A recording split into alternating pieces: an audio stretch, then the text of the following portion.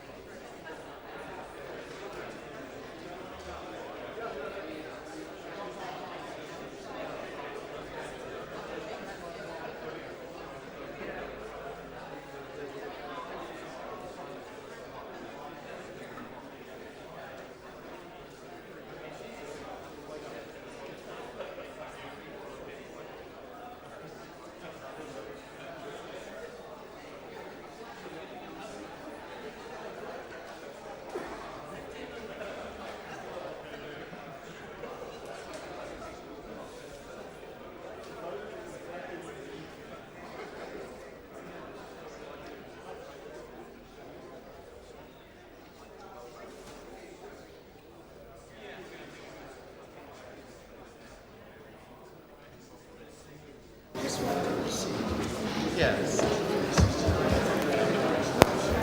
You can ask questions of those inside.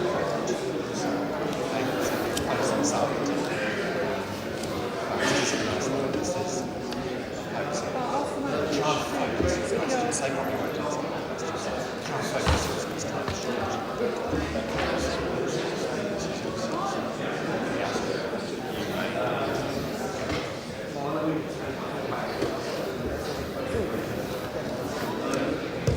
The view of the inspector and the council's barrister is Paul Scott is not a witness for the council. The planning is gone, so but we are allowed to ask them questions. And we can also ask questions of anybody else who supports, not of anybody who opposes.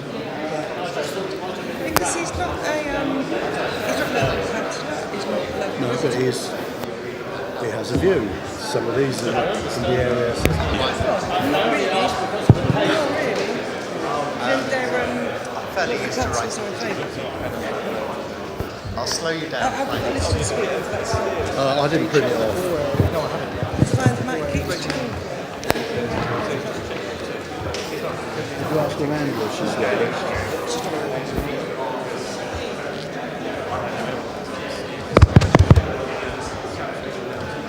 Good morning. Could you take your seats, please?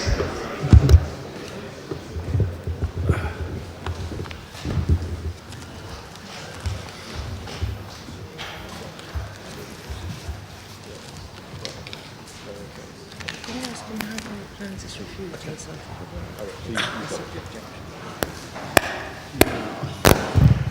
I think as he's not here in that capacity, we probably do that one out. He'd probably just as many as in the north, which is probably true if you drive north.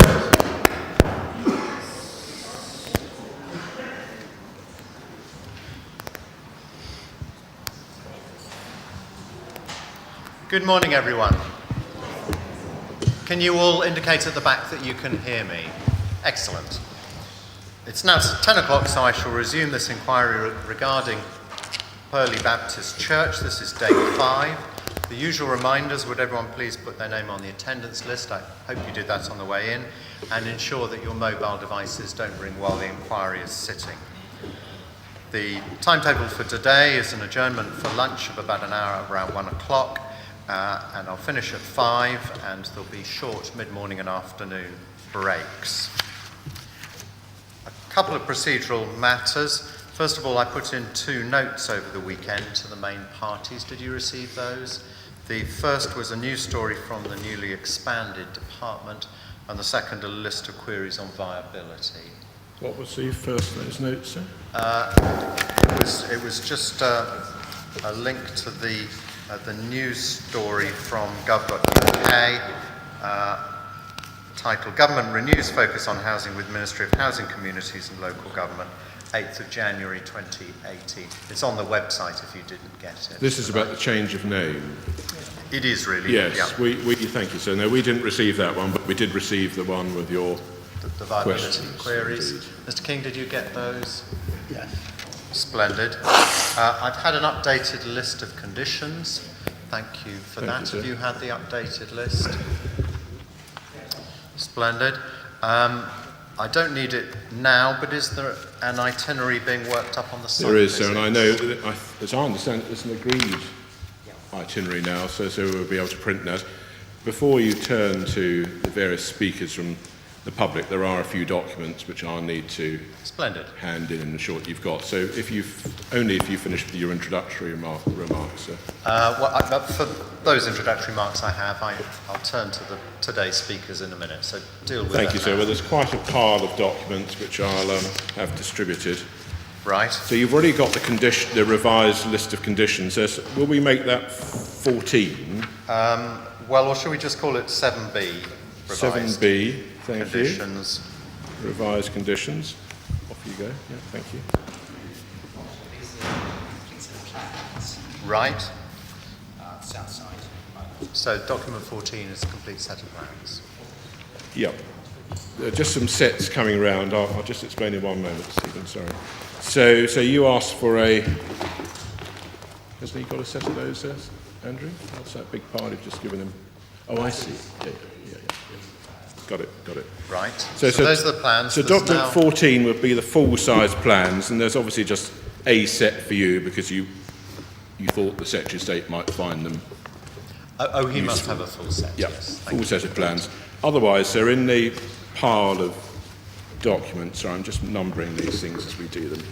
So you, I don't know whether you've got them in the same order as me, sir, but you will find that there is the revised section 106. Now, you'll recall that on Friday of last week, I mentioned that my instructing solicitor for the applicants had noticed that there were a few stray definitions and so on and so forth, small points, and they've all been picked up. So I'll call, I think this was document 5, wasn't it, the 106, so I'll call this 5B. Thank you, sir. 5B. Just make a note of that. So then I have, in my pile, I have a letter of the 15th of January from Douglas Burt. There should be a clip, and in the clip there's also a letter from BNP Paribas of the 15th of January. Now, so these two letters, one on behalf of the applicant and the other on behalf of the council, seek to address the various issues or queries that were raised by you last week concerning affordable housing points. Right. So obviously they don't, I think to an extent they might actually pick up some of the additional points you've raised yesterday afternoon. So, but that note hadn't come through to me, so hence I put through exactly. in my note. So, sir, can we call the Douglas Burt letter number 15, sir? Yes. And the BNP Paribas letter number 16. And they're both dated the 15th. And they're both dated the 15th. Thank you. Bear with me for 1 minute. Well, hopefully they've preempted most of my queries. Well, so I've set in train for the applicant a further letter to respond to anything that we haven't already covered, that you raised yesterday afternoon. Thank you very much. Then, so hopefully you have an email from Mr. Warren of our air quality consultants, an email of the 15th of January. Don't think that one's come through yet. It should be in the pile, sir. Oh, in this pile I've Yes. just got here. Yes. Sorry, I thought that was just the... No. So, It's forgive a me. pile.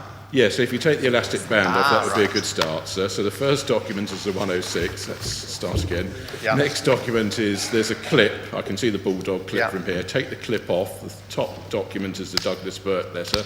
The second document is the BNP Paribas letter. I'm with you. So Yeah. that one is 15. 15 for Burt and Then 16 for 16. BNP Paribas. With you. Thank you. Then there's hopefully there's an email from a Mr. Warren. So that's 17. That's 17, which responds to the points that you raised last week concerning air quality and whether you. the modelling had been checked to take into account the falsification of results by Volkswagen and so on and so forth. The short Thank you. answer is yes, it has. Splendid. Thank you. So I just put that air quality note, 15th of January, almost there. There's then a lengthy paper on usage of the new facility and the new community facilities that we propose. Right. So we think there's been, there is a need for further clarification, and that's provided in this paper.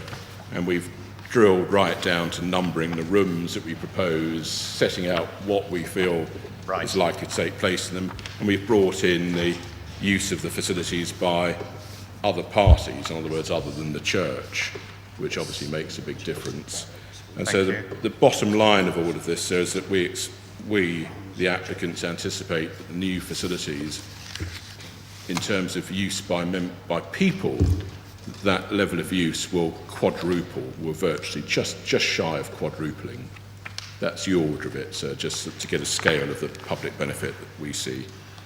So that's number 18, new. And Mr. King, you had all these documents just now?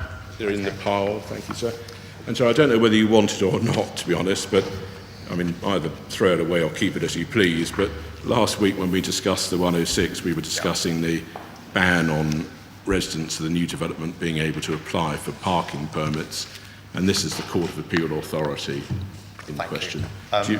The short answer is, personally, I don't want it, but it's helpful to have it to refer to as an inquiry. We're called at number 19, so It's been raised.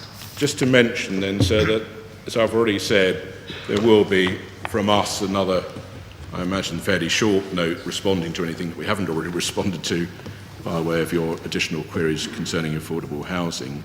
I don't know whether there'll be anything else from the council. I think there might be, but Mr Morgan will be able to talk to that in a moment. And so, as I mentioned to you informally outside the inquiry, but I'd like to say it formally on the record inside the inquiry, so I hope it's not too much of a burden, but if you could, before we close the inquiry, hopefully tomorrow afternoon, have at least glanced through the papers that we've given you to see whether they address the concerns, queries, issues that you've raised, for very obvious reasons, but I'll say them out aloud on the record in open inquiry.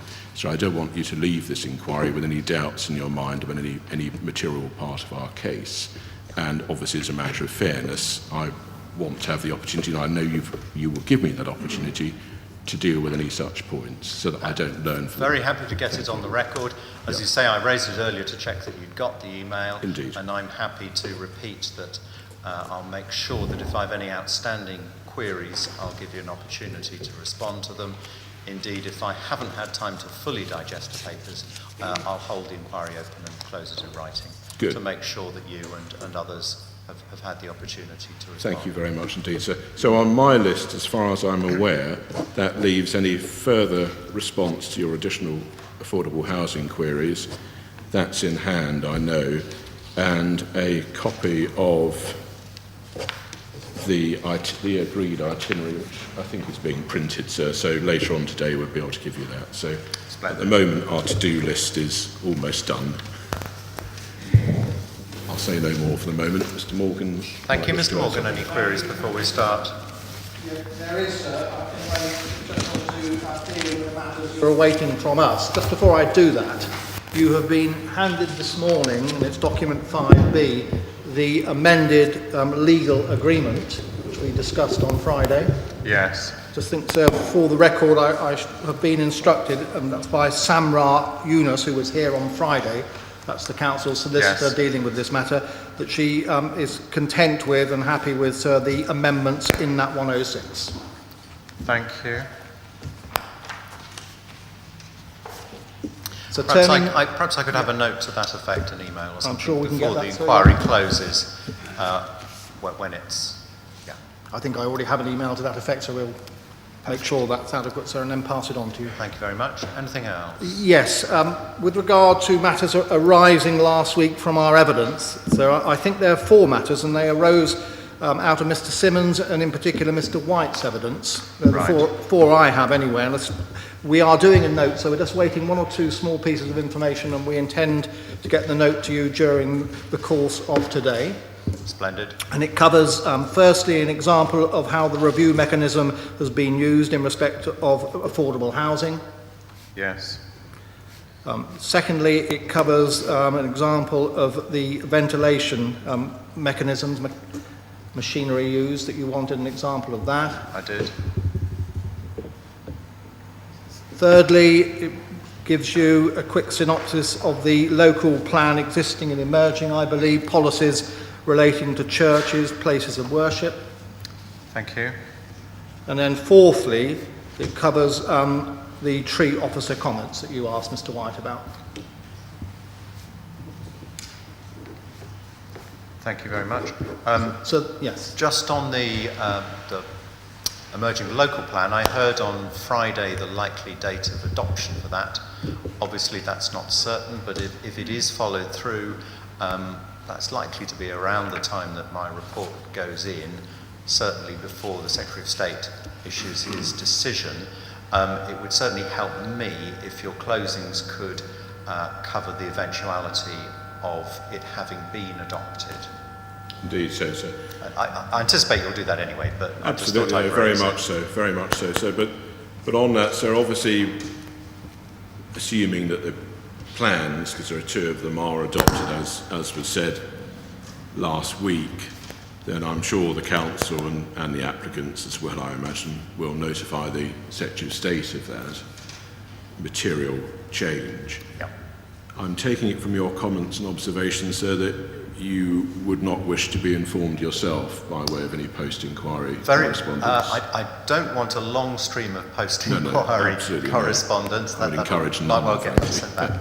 But if the council could just advise me if and when the plan is adopted, Thank you, sir. that would, and say that that's in the email that's at the inspector's request. Yes. That would be helpful. Yes, Thank you, please. sir. So unless you indicate tomorrow, assuming you close the inquiry tomorrow, unless you indicate that there are any other matters that are outstanding, then I'm taking it that that's the only thing that there should be correspondence about. That's it. Thank you. And perhaps will the 106 be signed and dated by then?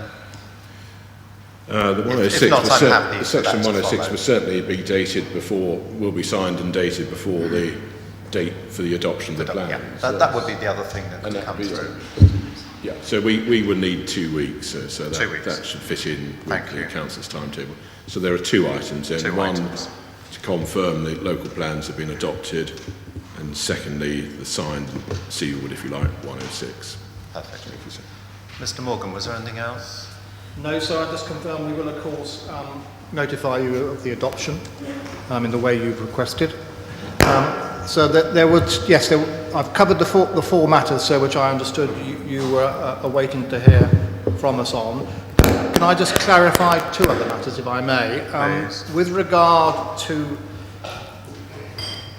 fire hazard and mechanisms to deal with that, you will be aware that there's a detailed condition regarding phase 2, relating to the details for phase 2, I should say, and that's condition 37.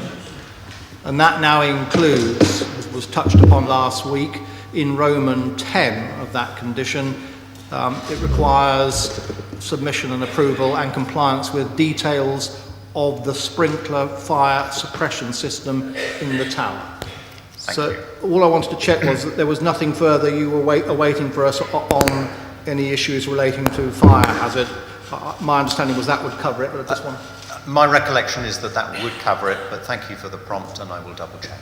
Thank you very much. And finally, sir, could I just ask you for clarification, please, with regard to your question sent yesterday afternoon, which you've identified this morning. This is, of course, regarding the viability assessments. That's right. With regard, in particular, to the council, you've already got our response document 16, I think it is, today, that Mr. Katkowski has put in. Yes, thank you.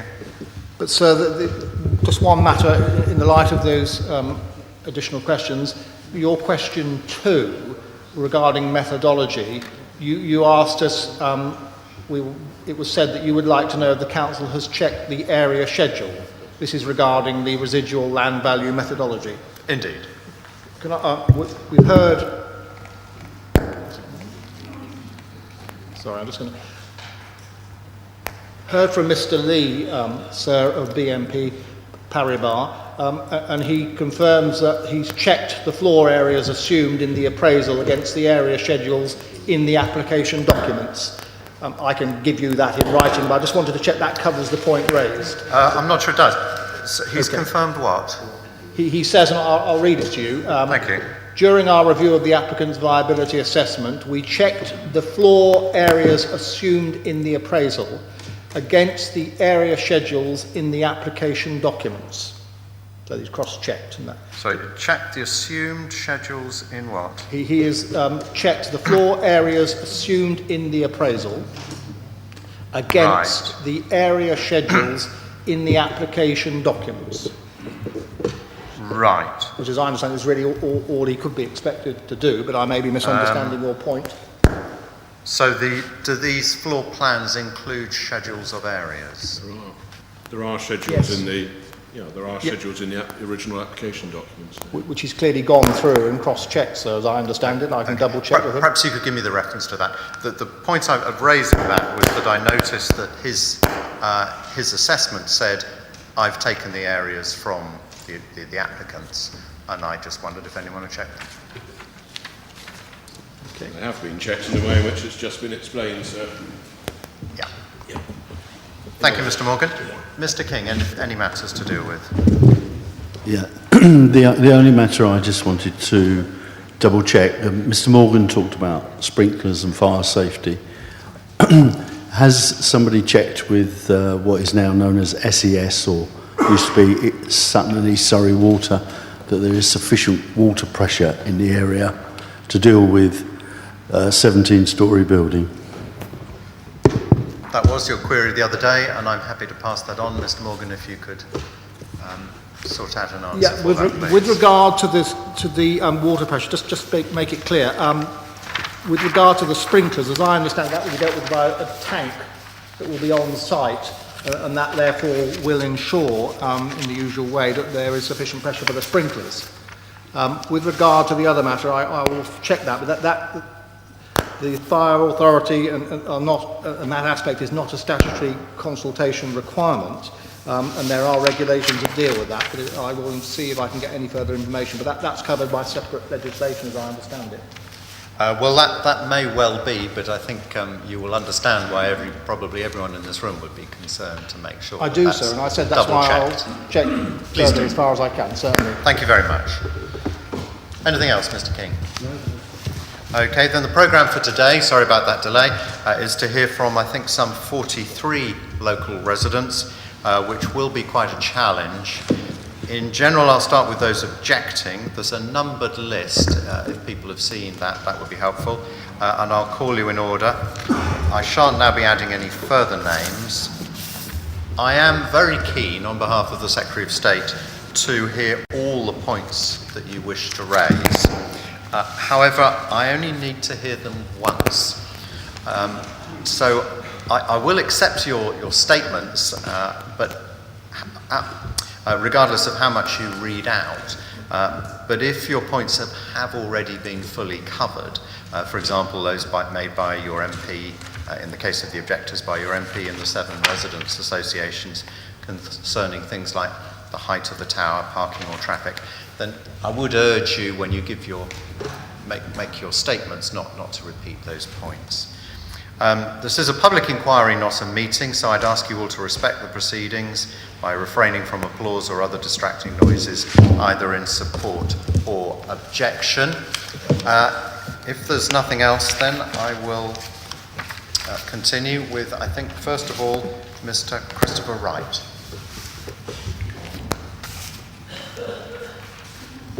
Thank you, sir.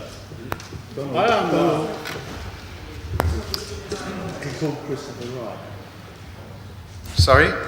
It's not Christopher. It's not Christopher Wright. Well, you're sat there. Let me hear from you. We'll take it out of order. What was your name? Councillor Donald Speakman. Councillor Donald Speakman. Right. I don't know how that happened, but there we go. You're sitting there, and perhaps Donald Wright can come up ready to speak next. Thank you. Chris Wright. Please continue. I'm a resident of 32. Now, is the loudspeaker working? Can you all hear him? Can't hear. Can you put the microphone a little closer? Thank Is that you. better? No, a bit closer still. Is it switched on? Yes. Right. Good. It is on, so alongside your script, perhaps. Is that better? Yeah. Right. I think it's the first time in my life I've been accused of quietness. However, Councillor Donald Speakman, a Purley resident of 32 years, a Purley councillor and Croydon Council since May 2002, 16 years. And in addition, I served a further 12 years as a councillor on Lambeth Council. Therefore, as a very experienced councillor, I can claim to know Purley and surrounding areas well. People now look to Whitehall to show that it cares, and to you, sir, to stop this affront to senses and refuse the planning permission.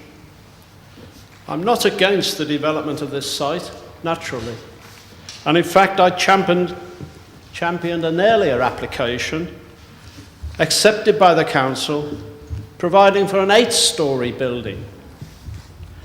Why this application was not followed through is a matter now for history.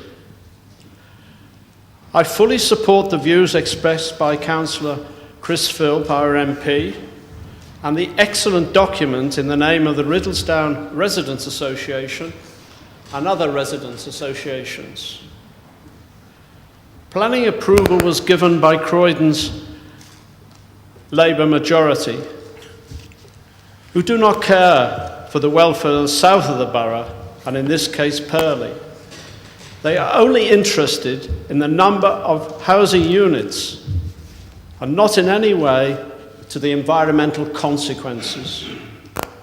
They claim to be the champions of affordable housing to solve the so-called housing crisis without considering any policy for reducing the demand for housing. All in this room know perfectly well from our experience of life that further tower blocks will follow if planning permission is given. I have only met 2 people not associated with the Baptist Church supporting this application. We say we need the site developed. They say we need the site developed regardless of what is built. Something is better than nothing. I totally disagree with this, and so do most residents. Neither my view nor the view of thousands of residents who have objected either directly or by signing a petition. Never, in fact, have I experienced the ease at which this petition was collected. People were queuing up to sign, such is the opposition. And you know, sir, the figures that signed the petition and the numbers of people that actually support in the objections.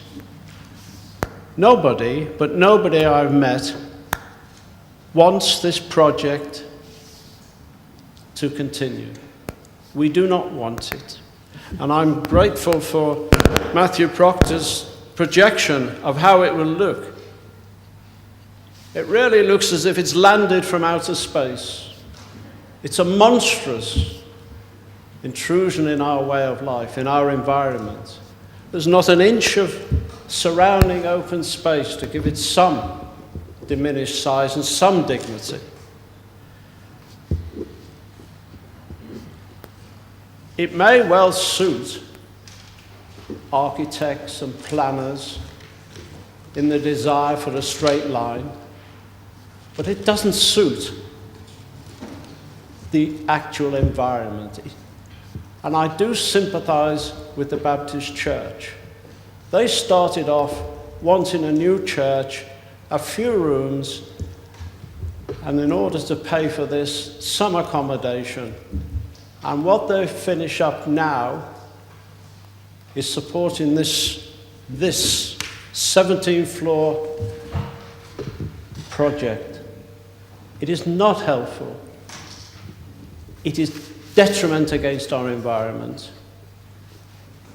The very simple issues of, say, car parking, which you, sir, will have heard well, that there isn't sufficient. So what's going to happen? It's not just this site, it's the surrounding roads that will be inconvenienced by more car parking. This site is not big enough for such a project. It is not big enough for 17 floors. It may fit requirements, it may fit legislation and regulations, but it does not fit into the parameters of our common sense. We know it's monstrous, and we ask you, sir, and we ask Whitehall to listen to our pleas. Thank you. Thank you. Mr. Katkowski, Mr. Morgan, any questions? So just to explain the approach I'm going to adopt, sir, is that unless a speaker in opposition raises a point that we simply haven't covered off to date, I won't ask questions. And so the reason for that is that with 43, and I heard what you said, that you're not accepting any further names. I don't want to sit here to 43 questions. Exactly, the same thing over and over again. Mr. Morgan? Same policy. Okay, that's very helpful. Thank you, Councillor Speakman. Christopher Wright. Thank you. And then the next person will be Paul Scott.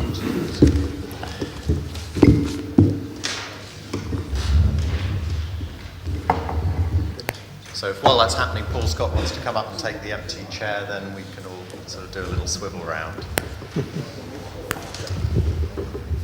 Right, Mr. Wright. Thank you, sir, and thank you for the chance to speak.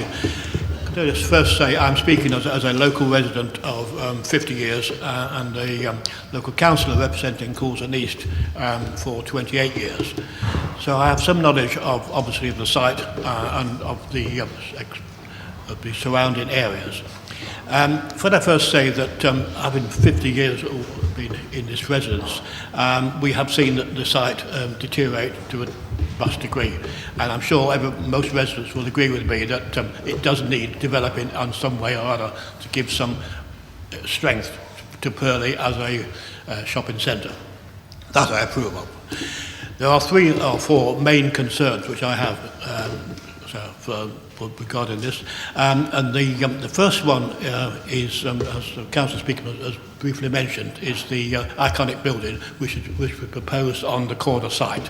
Now, I accept that that is a gateway site, and it is probably a very good place to have some sort of iconic building to entrance to Purley, and I fully appreciate that that is a very important site and a very site to them.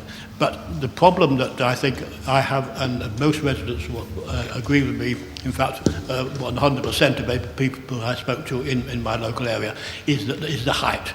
And it's the height that is the problem. There was already an application previously for a building on that site of a lower height. That, to my way of thinking, was probably ideal. It is the height and the fact of 17 stories on that particular site, in that particular area, is of great concern to me. I do well understand that, okay. Yeah, thank you. Your next point. Yeah, my next point is the transport situation. As well, everyone will know who lives anywhere near here, the transport in this area on Purley Cross is dire, to say the least, from almost 24 hours in a day. To impose extra problems on this very important site, I think is detrimental both to residents and also to people travelling through it. The whole object, surely, of this site is to improve it and enhance it. And that, in my way, it does not weigh at all. It makes the transport situation and the problems even greater than they are at the moment, and that, I think, is a very bad point. But my third objection is the overdevelopment of the site. In my way, that really links in with the transport problems. If you overdevelop on this site, then you create a lot of problems, not only for local residents, but also for the transport situation. A development on this site of lesser density and more understanding of the situation of Purley and of the residents there would be ideal. And my fourth thing, Mr. Chairman, is the impact that this development will have upon the area. And I think because of the density, because of the increased size of the development, therefore it will impose on Purley too much, and will create a different atmosphere of Purley, and Purley will lose its character and lose its so now I think is detrimental to the area at all. So on those 3 or 4 points, Mr. Chairman, I would strongly object to this application, and I believe it should be reassessed and brought back in a more understanding manner. Thank you. Paul Scott.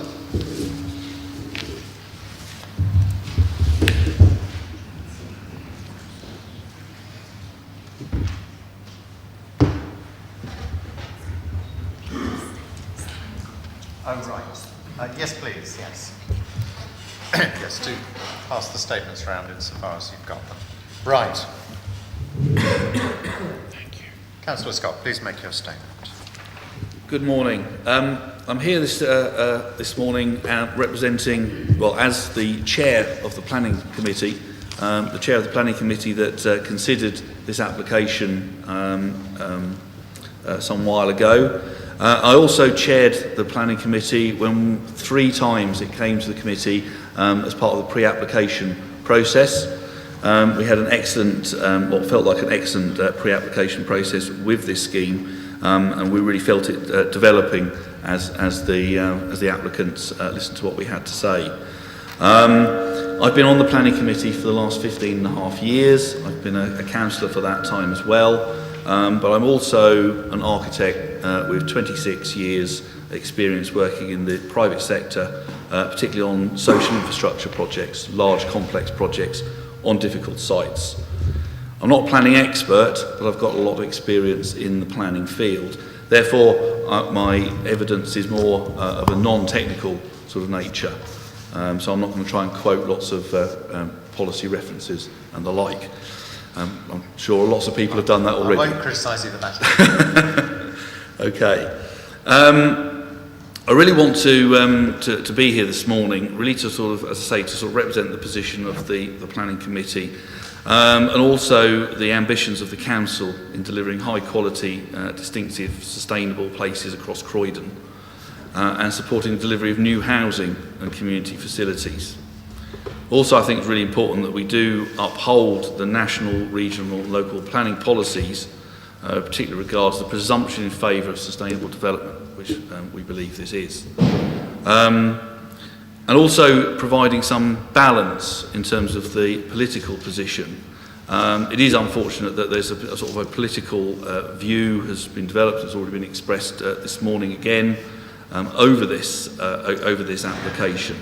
I will try and avoid being political, but I think that there is obviously a political aspect to this.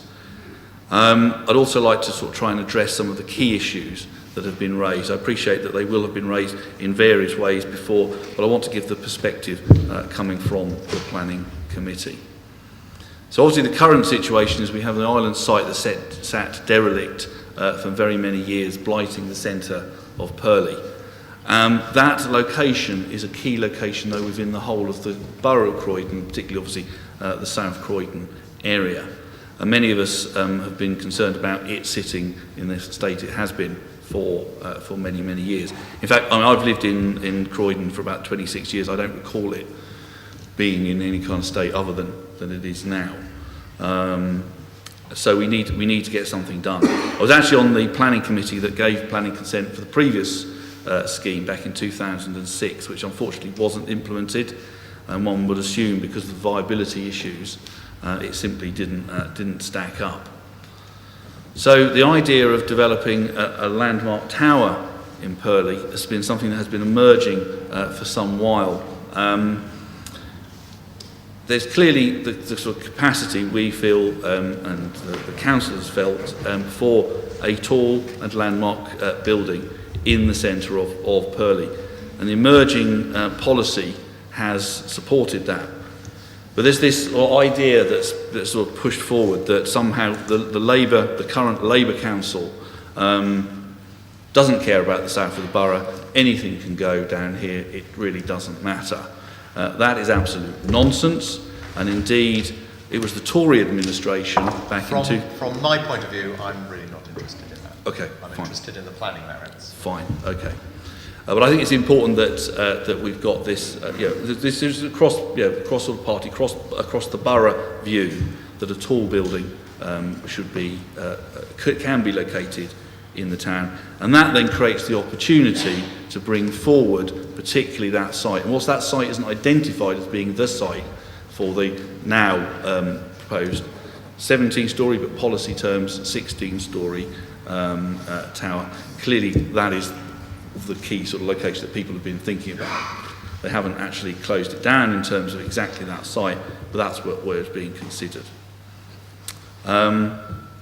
So over the last 5 years, planning policy, emerging planning policy, has been developed in support of a tower scheme, and that revised local plan policy, revised in part through CLP 1.1 and the new CLP 2, is going to be adopted, in all likelihood, next month. And once that is adopted, then this scheme will be only very slightly taller than what is enshrined by that stage in planning policy. That planning policy has been tested at public inquiry by the inspector. He didn't propose making any changes to it, and it has gone forward and will be in the final proposals going to the council in just a few weeks' time. But equally, I think it's important to sort of bear in mind that actually the current planning policy, in terms of the MPPF, the London plan, and indeed the current local plan and indeed SAVE policies, do encourage the use of higher density buildings in town centre locations. Go into policies. No, sorry, that's no more than that. Splendid. But I think it's yeah, okay. I understand. But obviously, the planning committee were very conscious of needing to take a plan, of the importance of a plan-led approach. Purley is, is an important part of the borough. But I think it's important to bear in mind that whilst it's sort of earlier Edwardian buildings, and the sort of first sort of development of the area, tend to be what most people think of as Purley, or Purley Town Centre, is actually developed ever since then and continued to evolve. And I understand you went on a walk with one of the barristers. I will do, hopefully from the tomorrow. station, and you've seen. No, I've only walked from the station. Yeah. That's all. You'll have seen some, but even that walk from the station, Yes, you'll have seen it's quite buildings of important. various ages that as the newer they are, the bigger they tend to be. It is an area that is evolving, like most, in terms of getting taller and denser. And that's in large part because of the growing population across the borough. The council, and it sets out, I think, very well and very succinctly in the foreword to the two sections of the local plan, is conscious of developing a sustainable borough with jobs, with community facilities, etc. But the biggest challenge facing us as a borough over the coming decades is the very clear and obvious massive housing crisis that we have. We have to increase the supply of homes, and Purley, as well as all other developed parts of the borough, will help meet that need. The 2013 edition of CLP1 identified the need for 22,000 new homes in the borough. This target has risen as a result of the recent changes to the London plan, and now stands at the soon-to-be adopted local plan of 32,850 new homes over 20 years. That is now set with the current and recently announced consultation could rise considerably higher. To put that into context, there are 160,000 approximately homes in the borough at the moment. So we're already looking at having to find space for one additional home for every 5 that there are at the moment. And I think it's important to make the distinction between homes and the housing units that were provided last time. This is about providing homes for people who desperately need them. Many of those people are currently in our primary schools. So we have gone through the proper planning processes. We have had a very good engagement with the applicant. The applicant has come forward with a tower scheme and the understanding that there's been a sort of cross-party consensus, if you like, for a tall building that has been emerging over recent years through the development of that policy. Chris Phelp suggested in his submission that there's been a lack of democracy in the decision-making by Croydon's Planning Committee. I think he used the term that the planning consent had been rammed through by a Labour-dominated council. Take great exception to this. We all know that planning can be a difficult task in terms of making planning decisions. It's a very emotive situation, but we have the situation where we have obviously a duly elected council with representatives on that council of the council's planning committee made up from proportionally from members elected. And whilst the predominant number of those councillors represent wards in more north areas than this, many of them actually do live in this area as well. So they care about this area as well as I think actually we all do. On planning committees, we're no different here to Croydon to elsewhere. We're often criticised for ignoring public opinion when particularly when objectors' views are not upheld. Most people, though, do not understand that planning guidance clearly states that the weight of public opinion is not a material planning consideration. The points of view that people put across, material planning issues need to be considered. Unfortunately, some politicians choose not to understand this too.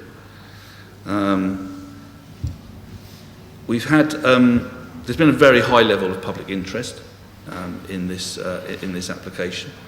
Not surprisingly, really. I mean, it is a major scheme, and it is will be a significant building in the town.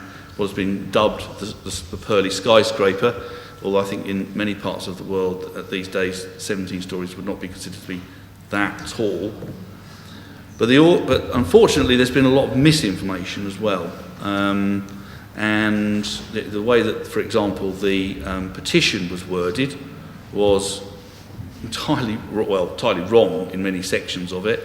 The use of images by those campaigning against this, where they've used early massing models, grey buildings looming over the brickwork of Purley. I understand the point you're making, but I'm interested in the scheme that's actually before me. Fine, okay. Well, I think it is unfortunate the way that it has actually been presented, and a lot of misinformation has actually been presented in people trying to develop objection to this application. In particular, the way that the council has been blamed for all sorts of things that it has never done and has not. Anyway, I'll move on from that. So the planning committee considered, obviously, very carefully this application, considered it against current policy, emerging policy, listened to the views of the objectors, found no reason for refusal in those objections, and decided the application accordingly with the recommendation to approve. I won't go into. It's slightly disappointing that we're now at this stage. It seems slightly unusual given the Caborn principles. I think they're called. I won't go into those either. But we are here, and I would very much sort of call on yourself to support the locally made decision for this application, which was made fully in accordance with the NPPF. That decision made locally should, I believe, stand. Some of the sort of key issues, I'm getting close to the end now, getting to some of the key issues that have been raised over the discussions of this application. Policy-led planning. It's very easy to sit and sort of say, come up with all sorts of emotional arguments about why this scheme should not actually happen. But this scheme has been developed through and in accordance with very clearly laid out planning policy, both current and emerging. The independent planning inspector has tested the emerging policies on this through public inquiry and has found them to be sound. There have been suggestions around the wording of the policy, the use of the word potential in terms of a 16-storey tower, as the policy suggests. I would really very strongly suggest that the word potential in there is because that planning policy, whilst it can allow and can direct, it can't instruct. And so there is no way of saying there must be a tall building, but it allows that opportunity to be created. The appropriateness of a tall landmark building on this site. It is an important and notable landmark site in its own right in terms of its location on a major road, with the crossroads going across it. An important point for, I would understand, many thousands of years as a historic route running through the North Downs. Putting a landmark building there now hence makes an awful lot of sense. If you're going to have a landmark building in the town centre of Purley, that is where it should be. And it will result in prominent views, but of a very well-designed building from many locations within Purley town centre. There's no doubt about that. That is the purpose, after all, having a landmark building. What's the point of having a landmark if you can't see it from anywhere? So it will be prominent, but I think the design of it has been so well conceived, broken down into smaller scale elements, etc., that it will fit within the context well. Also, though, it will be a landmark from further away. The topography of the area, obviously it sits in the bottom of the valley, doesn't mean that it won't be seen to that extent from many vantage points. But, for example, what's the harm if Chris Philp and others who are jogging across Farthing Downs, the sheep and dog walkers, do see in the distance a tower that indicates the location of Purley? What is wrong with that? Many places have similar landmark buildings that identify them, and they can be seen from the hills around Croydon. So I don't think that is in any way a problem. Density and design of the development. Many people totally misunderstand the density guidance matrices. We've been through that at great length. Okay, great. I'm sure I won't say too much on that then. But clearly, if you've got a well-designed building, it can overcome those suggested maximum densities. This is, after all, a town centre location with excellent public transport provision, which brings me on to the car provision. Relatively modest amounts of car parking are proposed for the development. I don't know how much of the inquiry you followed, but there's been an awful lot of evidence on car parking. Okay, on both sides. Excellent. From the view of the planning committee, that the high PTEL rating, the town centre location seems appropriate to have that lower level of parking, and it's something that we do very regularly across the borough, where we have good levels of public transport, and something, of course, that policy is directed to encourage. We cannot carry on all having, with everybody having cars, using cars in the way they are at the moment. We're choking ourselves to death and choking our roads to a standstill. That needs to change. Everybody that knows the area knows the flood risk down the sort of A23 corridor, and in particular the Purley sort of cross sort of area.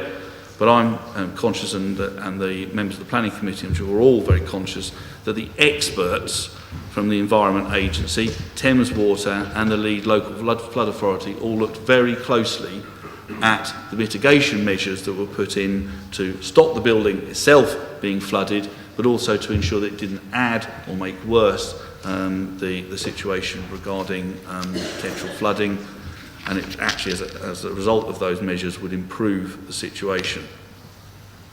Affordable housing provision. Interestingly, here we had two sort of positions that have been put to us. Some people saying there's too little affordable housing, and others saying that the very presence of affordable housing has pushed the height of the building up to an unacceptable level. The reality is that when we as the planning committee first started to see this application, there weren't any affordable housing units in it whatsoever, and the proposal was 15 stories high.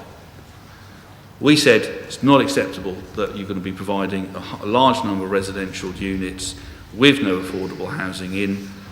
The applicants went away and they added in the southern site to be able to provide more housing, a greater magnitude of housing, which is positive anyway in terms of meeting housing targets, but that would then allow them to provide the affordable housing provision. 18% is lower than we would normally have expected, but there's an acceptance that with the wide range of community facilities that would be provided, that was a viable proportion of housing to be provided as affordable homes. but with, of course, a review mechanism included as well. So if there is the potential through increased property sales rates, levels, then that could actually be increased. Housing mix, another issue that a number of people have raised. There's a lot smaller units in this development, but in Purley, the wider sort of Purley as a whole, there are very many larger family housing units. So we felt that actually it was reasonable in the town centre to have a mix of smaller units in here, overall creating a more balanced community locally. And then finally, the quality of the design. I think it's an excellent design, very well considered.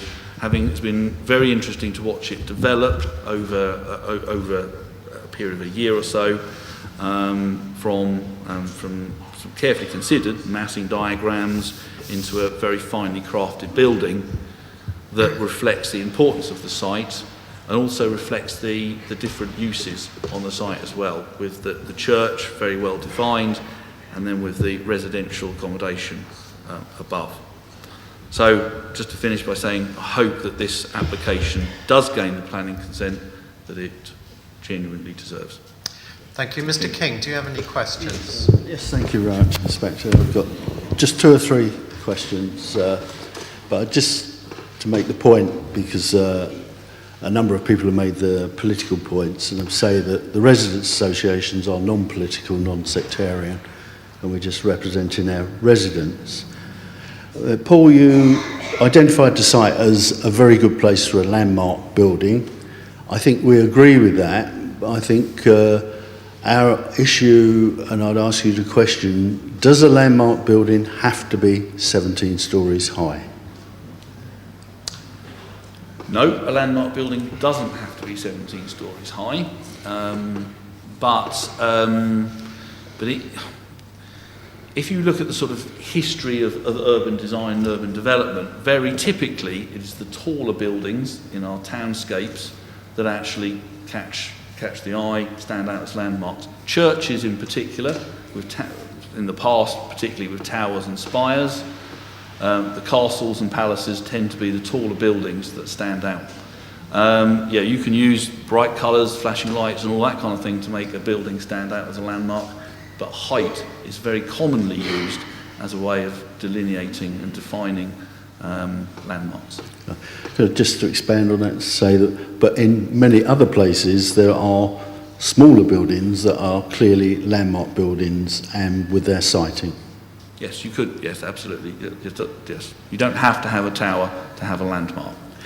The second question is, in your statement, the one thing that you don't seem to have addressed is the fact that the A23 is one of the busiest roads in Croydon, and the Purley Gyratory has already traffic issues, and Croydon have had a couple of studies, TfL have had a couple of studies, and this site will actually increase traffic on the Gyratory, and that again leads to issues of air quality around the site.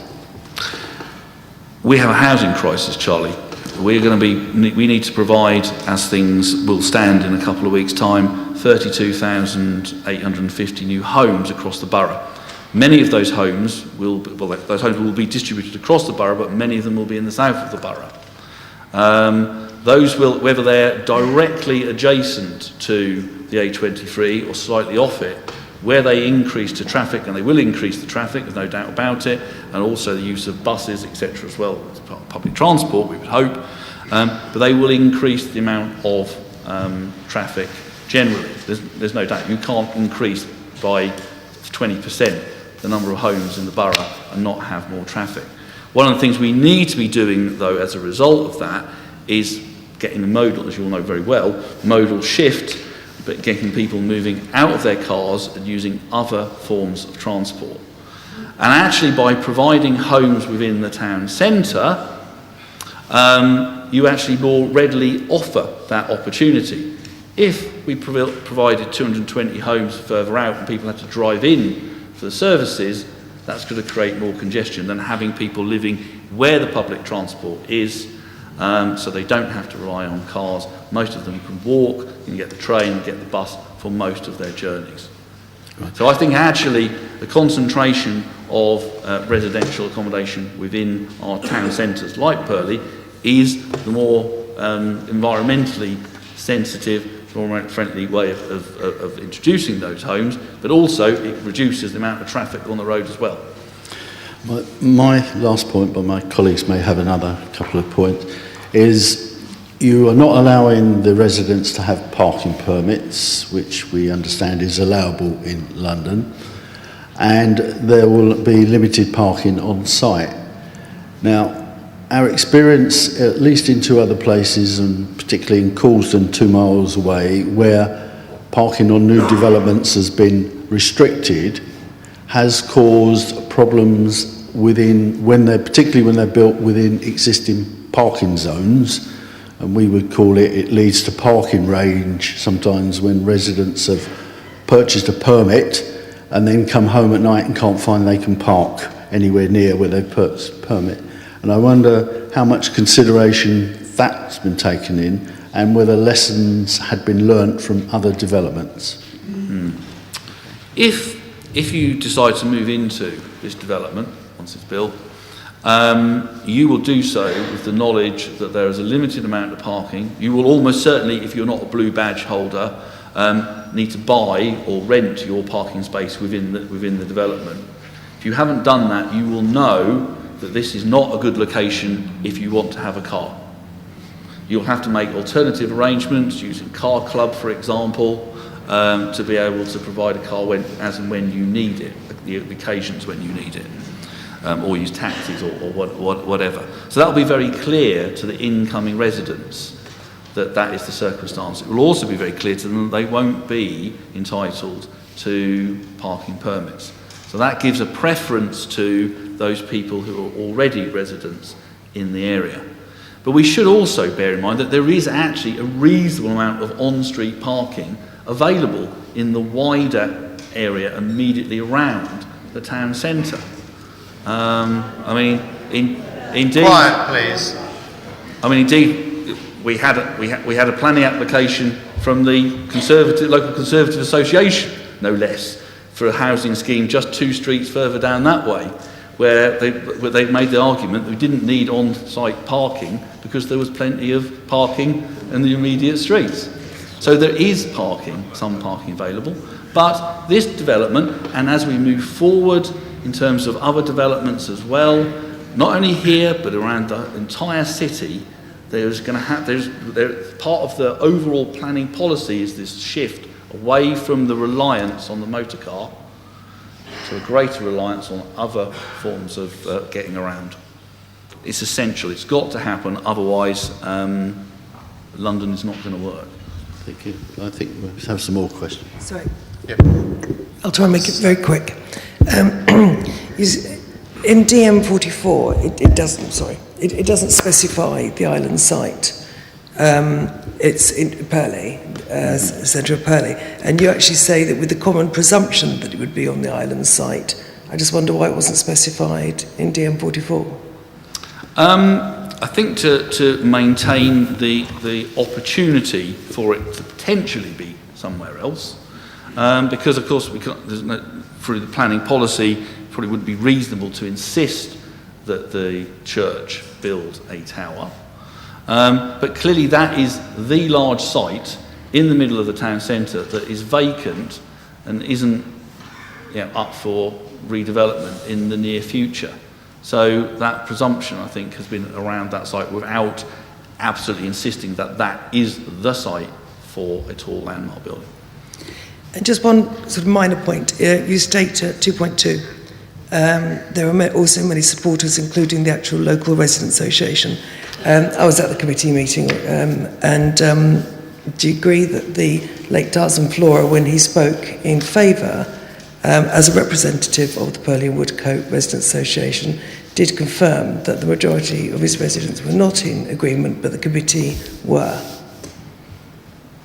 I don't recall him actually saying that, but he was there representing an organisation, presumably that has some kind of electoral system for determining who their committee are. Their committee decided to actually support the application. So,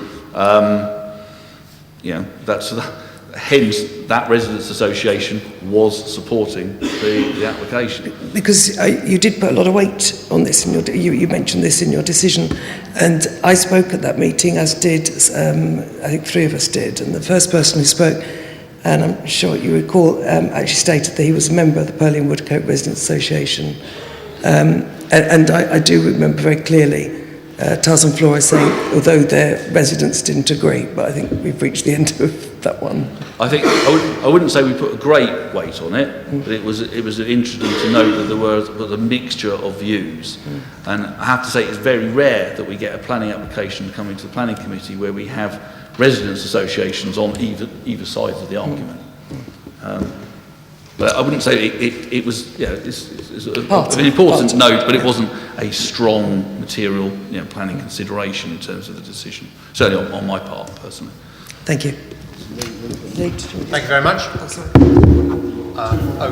Okay. Mr. Cooper. Good morning. You've acknowledged that the building is taller than what is enshrined in current and proposed planning policy, and obviously the height of the building is a major concern for the community here. I was just wondering if you could reconfirm that you don't take into account the wishes of the community when deciding such applications.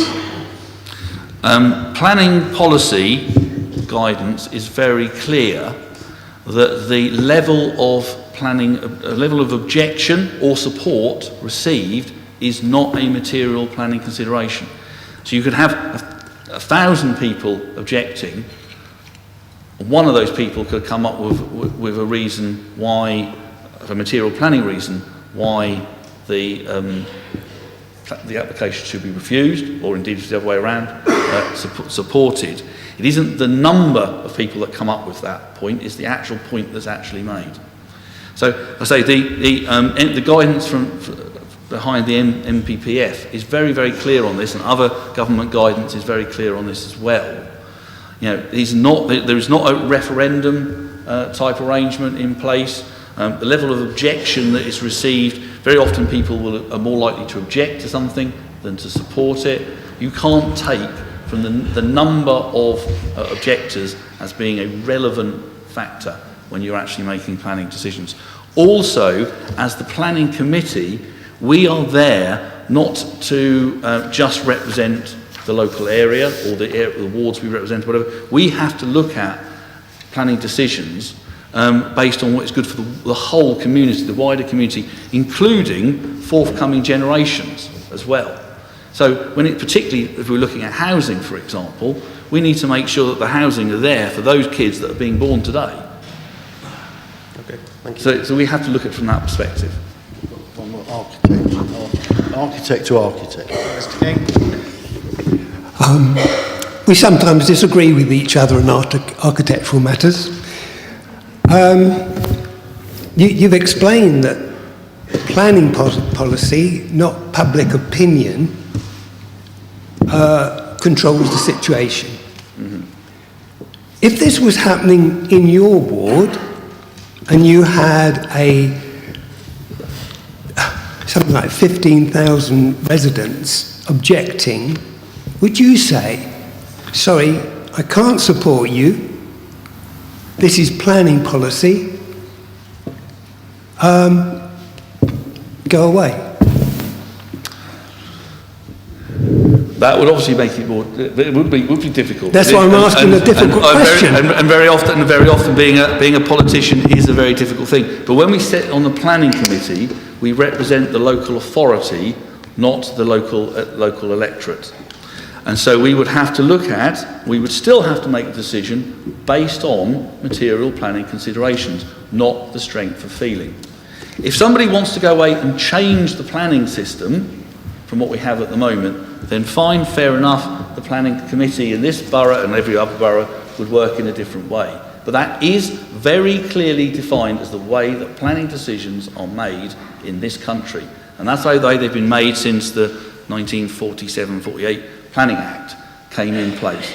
And the reason I believe that it's like that is because when the Planning Act came in, they actually applied controls over other people's land. They said what you could do, what you couldn't do with your land. They took away rights from you, and to balance that, there had to be a system put in place that was considered to be fair and transparent, and hence it's based on planning policies, not subjective views.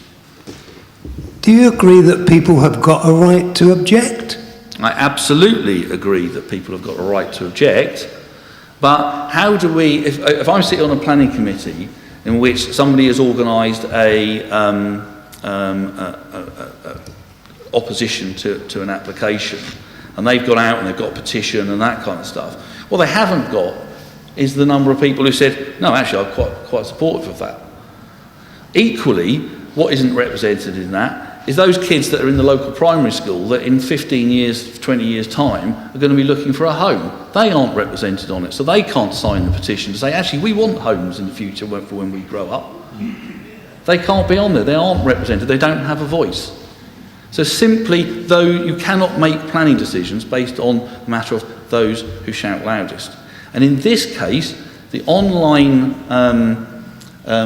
petition was incredibly misleading. You look at the second paragraph of it, virtually every word and statement of it is incorrect, spun, and clearly politically biased, trying to get people to sign up to something that they've been misled on.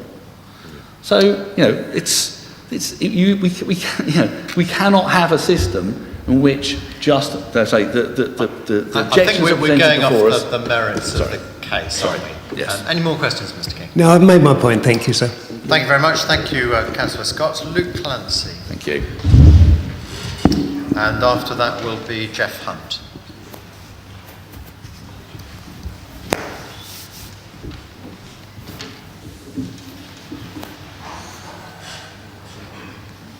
Ready when you are. Thank you, Chair. I believe you'll be hearing from all three councillors in Purley today, but I represent Coulsdon West ward, which is immediately adjacent to the application site. I've represented Coulsdon West.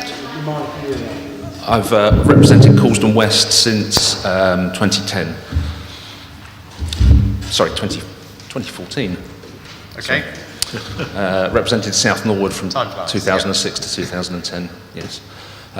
So I think this is clearly a development site, and local people, after seeing it vacant for so long, want to see it utilised, recognising the need to build new homes. But they feel that this has just ballooned out of control and is out of scale.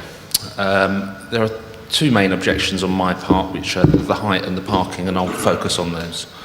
So at 17 floors, it's out of keeping with Purley Town Centre. The next tallest building is only 4 to 5 floors, and this building would be at least 3 times higher than any other building in the town, and 4 to 5 times taller than most other buildings here. There are references in the relevant plans calling for buildings to respect and enhance the local character in the emerging local plan SP 4.6 and in the London plan 7.7 B and C. And I don't believe this scheme achieves that. It doesn't complement the existing building heights, which are far smaller, and in fact it has an unacceptably harmful character on its surroundings. A development such as this should be resisted, as it's in an area that will be particularly sensitive to its overbearing impact. Tall buildings are a recognised part of the townscape of Croydon Town Centre, where we welcome their construction, but the same should not apply to satellite district centres such as Purley. If approved, it would set a precedent for the type of urban creep that would be detrimental to the distinct character of this suburban location, which is low rise, and that's a quality that's proved attractive to many people who've moved here or grown up here. The density as well exceeds recommended ranges. I think that should be noted, especially on the island site, which harbours a whopping 1,052 habitable rooms per hectare, and that's 50% higher than the policy range of 700. All in all, in respect to the skyscraper, I think a development of half a dozen floors would be more suitable. Moving on to parking, I recognise that national planning policy seeks to discourage car use, but in the interests of representing local residents, I feel compelled to mention the inadequate parking, which is only 37 spaces for 220 flats, and that's only a 1 in 6 provision. Now, there's another contentious development taking place just south of here in my ward of Coulsdon West, and that's in Coulsdon Town Centre. That's a development of 157 units proposed on the Lion Green Road site, which Coulsdon is pretty similar to Purley in this part of the world, and under that scheme, 50 resident spaces is being proposed, so a roughly 1 in 3 provision. And I think we should have a similar provision here, so perhaps around 70 spaces or preferably more. I don't subscribe to the view that there's ample on-street parking in the area. Those are my points, Chair. Thank you very much. Jeff Hunt.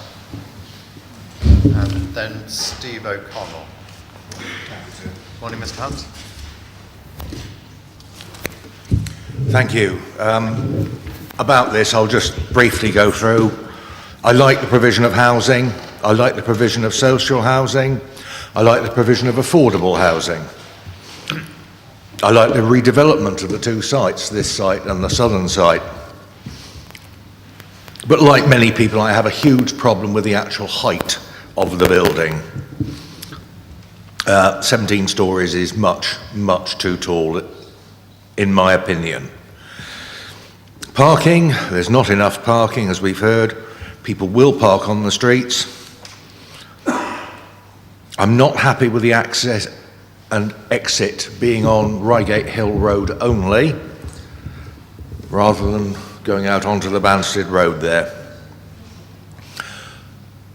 To conclude, I like the development, I don't like the height, and I think the parking is woefully inadequate. So, thank you very much. Thank you very much. So, Steve O'Connell, and I gather Peter Davis needs to leave by 11:30, so if he could come up next, please. Thank you, Chair. Mr. O'Connell. Thank you. I speak in the capacity, one as councillor in Kenley, which is my district centre, but particularly as the London Assembly member for Croydon and Sutton, and as a resident of some years. First of all, the point to make that yes, this is clearly been identified over time as a development site, and that is to be accepted. I am also a supporter of the regeneration of Purley, and equally additional residents and families will be beneficial to the well-being of the town economically. I also am a supporter of the aspirations of the Baptist Church, indeed, to improve its facilities. However, notwithstanding all these things, I would say, Mr. Chair, Mr. Inspector, that this is not the development that is required in this town centre.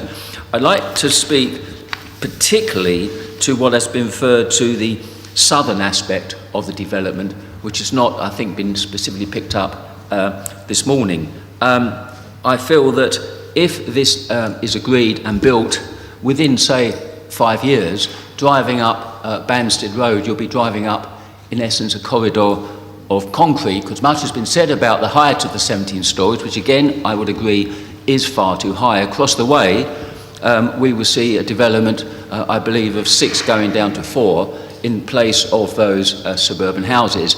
I think that is unacceptable. So the combination of the 17 stories and the development on the other side of the road will significantly change the character of Purley. We have touched upon the strength of feeling, and there's been words said about emotional arguments and people misunderstanding the issues. We cannot ignore the fact of the numbers of people, which are unprecedented in my experience in looking at matters actually in City Hall and strategic applications. We've touched upon very well about the issues around Purley Cross. This has been a constant bugbear of myself as Assembly member and other local residents.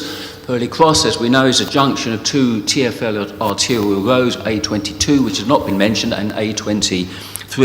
It is largely and often a dysfunctional junction, and that needs addressing, and that is some work that is being looked at. This development will only add to that dysfunctionality around the level of numbers, but also I am concerned, as has been just pointed by the colleague, is about the access to the development and the parking on Russell Hill. So an issue around the parking, there is not appropriate or sufficient off-road parking in the area. Already it suffers from commuter parking around the local road, sir, and it is inconceivable that of the 230 households, 30 parking spaces will be enough. People will use cars. There will be families here. They will bring cars, quite rightly, but they will have no spaces and they will be used elsewhere. Although I do support the view that clearly people would wish to see a trend of use towards public transport. The height, sir, has been well rehearsed. Both mayors I have, shall I say, served under, have a view about high buildings in town centres. That is an appropriate view, but district centres are not necessarily appropriate. Town centres, for example, Lansdowne Road, 68 stories, the centre of Croydon, fully support, but that is not Purley, sir, and 17 stories will be far too high. It will change, as I've said earlier, both sides of the road development, the character of Purley. We've talked about the flooding risk, something also that is a massive bugbear, particularly along the A22. I'm still unrelaxed, shall I say, about any large development within the town centre regarding flooding. And yes, we've talked about an iconic site. Yes, this is a gateway site. Without upsetting Coulston colleagues, it is almost a gateway site to Croydon, although Coulston actually naturally is. And yes, it deserves an iconic building, but that doesn't have to be, and that's been tested already. An iconic gateway site doesn't have to be 17 stories. It could be 8, 10 or 12. So that one I think we should push away. And lastly, sir, I think the density, and again, both mayors have strong views about density and about the wish for family-size housing. We have heard that some of the sizing of the units is too small, and to use the previous mayor's words, almost hobbit-size developments. So what I would contend as London Assembly member, and I have objected, we do need more housing and more housing for our families. We do need accepted more affordable housing, quite rightly so. This is a development site, sir, but for all the reasons that I have described and those also described elsewhere, I urge you that this is not the correct development for this site, and I urge you to reconsider it, sir. Thank you very much. Peter Davis. And that'll be followed by Jui Hussan Tang.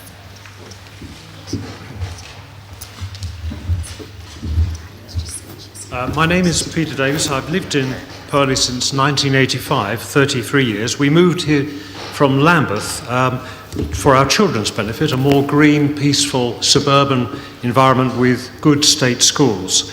I was a member of the Purley and Woodcote Residents Association, but did not renew membership when they supported the high out-of-scale tower. Although not an architect, for 5.5 years I was a director of the Royal Institute of British Architects and responsible for architectural awards and competitions as well. Briefly, my main objection is the height of the 17-storey tower, which is out of all scale and all balance with the surrounding buildings, which include some fine Victorian Edwardian shopping streets and the famous Webb Estate and quiet residential streets. It would be intrusive and simply not fit in with a neighbourhood being 4 times higher than anything nearby. I went to an exhibition here in 2015 and objected to the height of the tower. Even some church officials at that meeting were not in favour of the tower either, I do recall. And I was disappointed in the revised plans that the tower remained very high. I don't agree it's a landmark design at all. I don't regard this as high quality architecture, whether the tower is 17 stories or even 4 or 5 stories. It seems to take values from Tesco's opposite rather than anything locally or any good design at all. The provision of only 37 car parking spaces would be barely adequate for a 4 or 5 story block, which is what should be built there. It'll greatly increase the stress on parking in nearby streets, including the road where we live. And certainly the church, I suspect, will find it hard to defend 24 hours their 100 parking spaces. Flinging 180 cars potentially of the residents who don't have the 37 spaces onto nearby streets will create congestion and added stress for Purley. Finally, having seen the A22 closed by the fire brigade for flooding in recent years, the flood risks for any development of Purley Cross should definitely not be underestimated. So I object to the proposals, particularly the 17-storey tower. Thank you. Thank you. So Mr. Tang next, and then I believe Enid Allen needs to go, so if she could be next, please. Thank you very much. Mr. Tang, when you're ready. Thank you for providing. Okay. Yeah. Thank you for providing me with this opportunity to speak at the public inquiry. My name is Ray Xuan Tang, and I am a practicing chartered architect and have lived here locally for 8 years. I wish to register my opposition to the proposed scheme for the enlarged Purley Baptist Church with mixed development, including a 7-storey tower block at 59 meters high. On 12th of April 2017, the Secretary of State has called in the scheme, and various concerns were raised at the original planning submission stage and clearly set out by the Rule 6 party in their documents, which I do not intend to reinstate again.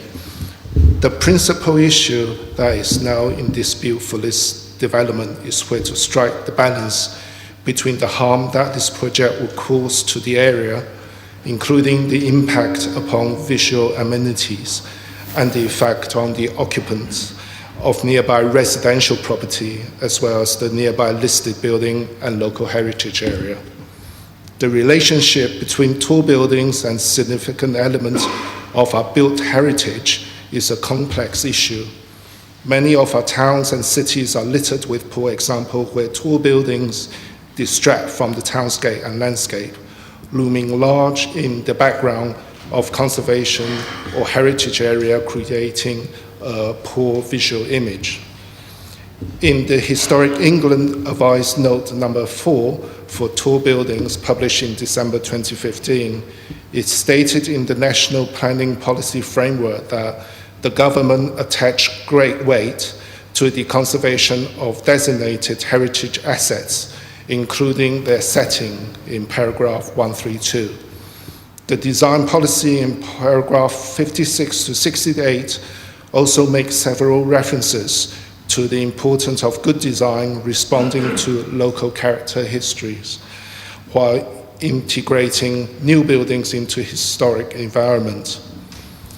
The famous policy DM 44.1 for Purley in the Croydon local plan stated clearly that the Purley district centre and its environment be ensured that proposal positively enhance and strengthen the character and facilitate growth.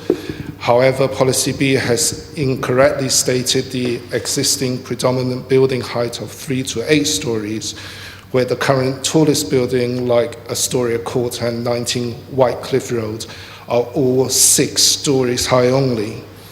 There is no building in Purley that goes beyond 6 stories tall. Therefore, to impose a 17-story high building within the immediate setting of 3 to 4-story properties will have negative impact and destroy the character of the local heritage area. In the Developer's Design and Access Statement, section 3.4.1, it noted that in the first presentation for the initial massing strategy meeting in February 2014, the original taller element was designed ranging from 8 to 11-story only, with 134 apartments. But the advice received from the council that resulted in the main building suddenly increased up to 15 stories. It would seem that the original design advocates a lower profile would be more in keeping with the town, but this was not developed further due to the desire of the council to create a landmark building with the maximum 16-story height as cited in Policy D44. It seems unfortunate that the scheme could have been reduced by 20 units with the original proposal, and that the 11-story scheme could have been modified to achieve a more sympathetic solution while reducing the apartment to the current level of 114 units of the island site. The new civic space that is promoted in the Design Access Statement 362 claim that this new public space would counterbalance the public space currently in the northeast junction of Brighton Road and High Street. Unfortunately, the proposed new plaza sits in the middle of the busiest road junction with heavy three-lane traffic. It is too small to accommodate the overall ambitious scheme. This is hardly a welcoming space with little access to sunlight. The existing northeastern plaza further up has minimal traffic with large open space that enable proper civic activities to take place, such as Christmas tree celebration and annual Purley Food Festival. The new plaza at the foot of the tower will be less than half the size of the northeast plaza and will just be an over-polluted, windswept and north-facing dark corner that discourage any temptation to linger at the church entrance. The new civic space is also noted in the design access statement to be able to be reduced further to facilitate future Purley Cross gyratory widening scheme. If this is the case, then there will not be much of the civic plaza left, as the space will be too small and be overwhelmed by the enlarged road traffic scheme. The design access statement section 6.01 mentioned that the new island scheme aimed to be unique to Purley rather than central Croydon. However, the document went on to demonstrate the scheme to be more in common with the recent large developments in Croydon. This would only be unique for Purley, as the scheme is more suitable for a city development rather than a suburban town centre. In fact, we would suggest that this scheme would be equally unsuitable if placed around other town centres such as Colston, Sanderstead, or even South Croydon. In 2014, the Prince's Foundation for Building Community published a report on Housing London, a Mid-Rise Solution, in which it argues that high density need not be synonymous with high-rise, nor high finance, social and environmental costs. The report noted that the expense of elevators, noise abatement measures, loading and garbage requirements, in addition to the cost of pouring concrete over 10-story, all contribute to a higher construction costs. The nature of high-rise means that not only is the final housing offering exclusive to a few, but so too is the building process. The specialization associated to deliver the complex tall building often results in an over-exorbitant construction costs. This is borne out in the viability assessment report, where the final estimated construction quotation is well over 47 million alone. This is almost 66% of the cost of the gross development value. No wonder the developer can only offer 18% affordable housing based on their profit margin of 12.9% on private residential GDV. Therefore, if the scheme can be constructed more efficiently with less costs, the profit could increase and therefore offer higher affordable units. A good example of a more sustainable development can be shown with the Highbury Garden scheme on Holloway Road in Islington, which illustrated well the immense potential of mid-rise infill project. The development is comprised of 119 1, 2 and 3 bedroom homes over 7-story, built on a similar site area of around 0.37 hectares. This compares favorably to match the proposed southern site, which also has a site area of 0.42 hectares and 106 dwellings. But the Islington project construction cost was only 5 million instead of 20 million given by the southern side scheme. And they managed to supply 60% affordable housing unit for the local community. Therefore, the Highbury Garden scheme has shown that with the mid-rise development would be more cost efficient and viable. It can look outside itself, seek to contribute to a wider regeneration of existing urban area, and to find support with local neighbours. The schemes respond to its context while designing for functionality and sustainability. 20% of the energy demand of the development is met by on-site renewable energy, and the entire development achieves level 3 on the Code of Sustainable Home. Finally, a tall building is not the only way for higher density development, and there are alternative designs that may be better suited without resorting to demonstrable harm to the local assets. The current island site tower at over 59 meters in height and 6 times taller than the listed Purley Library and Brighton Road Heritage Area cannot be justifiable either economically or socially. It is neither sensitive to the surrounding nor is it appropriate to the proposed location. Furthermore, we have argued that the design of the public space provided a lip service would not provide much public benefit. I would urge the inspector to reject the present proposal that will stand as a totem of short-term gain and partisan belief. Thank you. Thank you, Mr. Tang. I'll now hear from Enid Allen, and then we'll take a short break.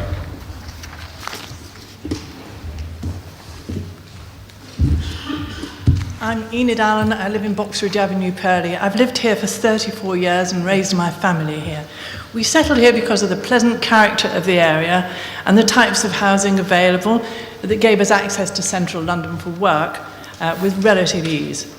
We're most concerned about the proposed development and the fact that such an oversized development has even got this far rather than being seen off much sooner.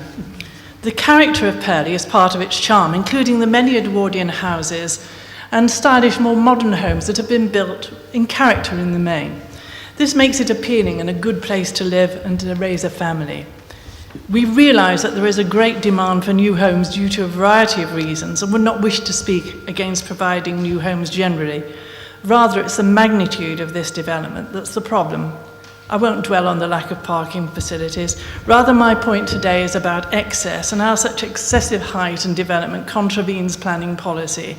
The Council's local plan and its emerging plan state that in relation to Purley, residential growth should respect the existing residential character and local distinctiveness.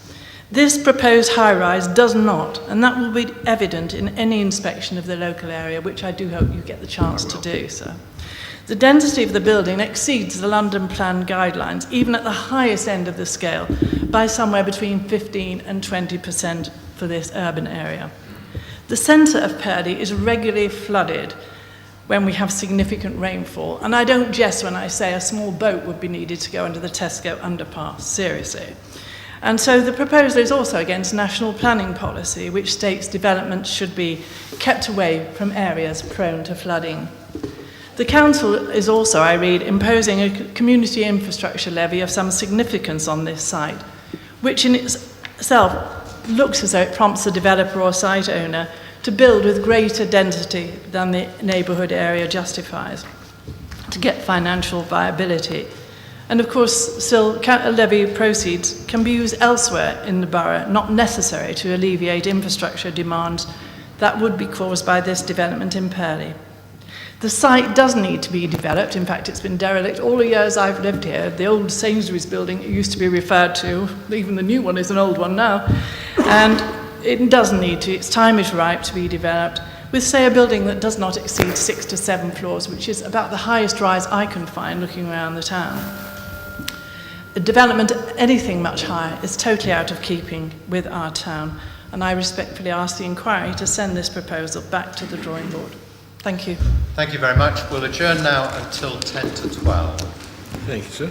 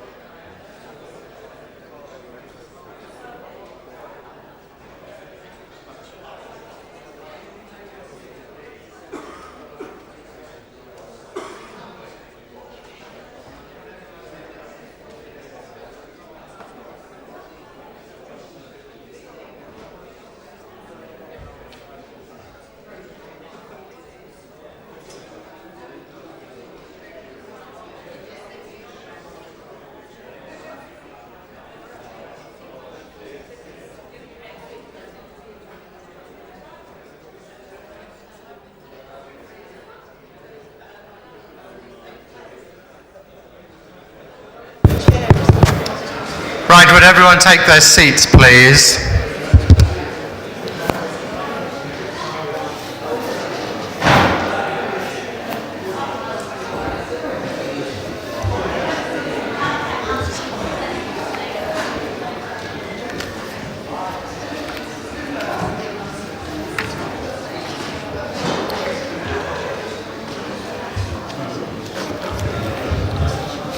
Right, one bit of housekeeping. The inquiry documents, the statements from interested parties, I'll collectively call them document 20, and I've just been handed a suggested site visit route, which I'll look at later. I'll call that document 21. Thank you, sir.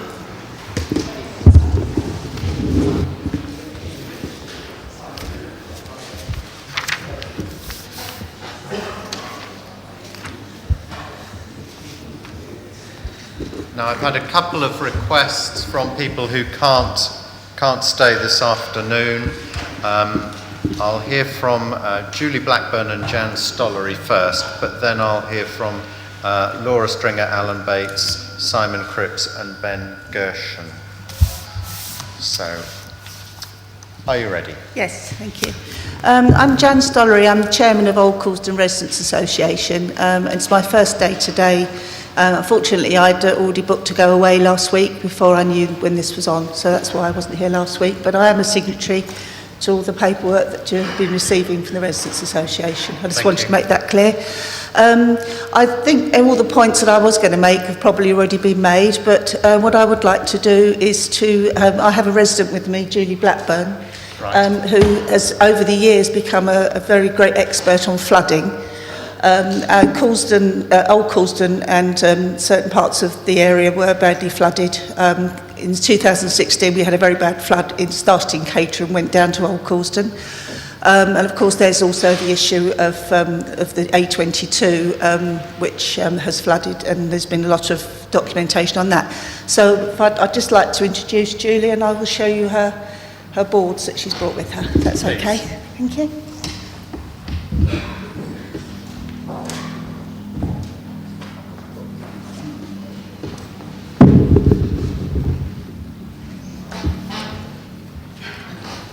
Lots of pictures, but you're glad to know that my speech has been whittled down hours to... Is it? A bit closer.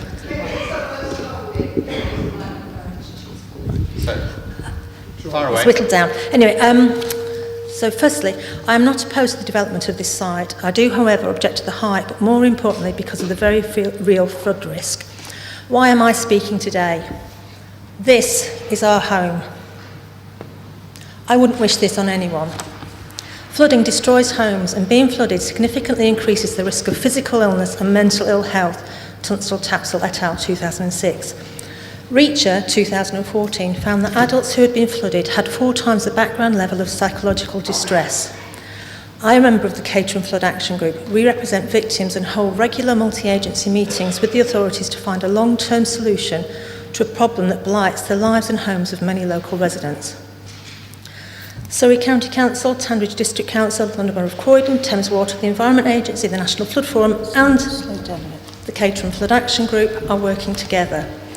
Purley has its own community flood plan. The area has a long history of flooding, not just from surface water. Surface water.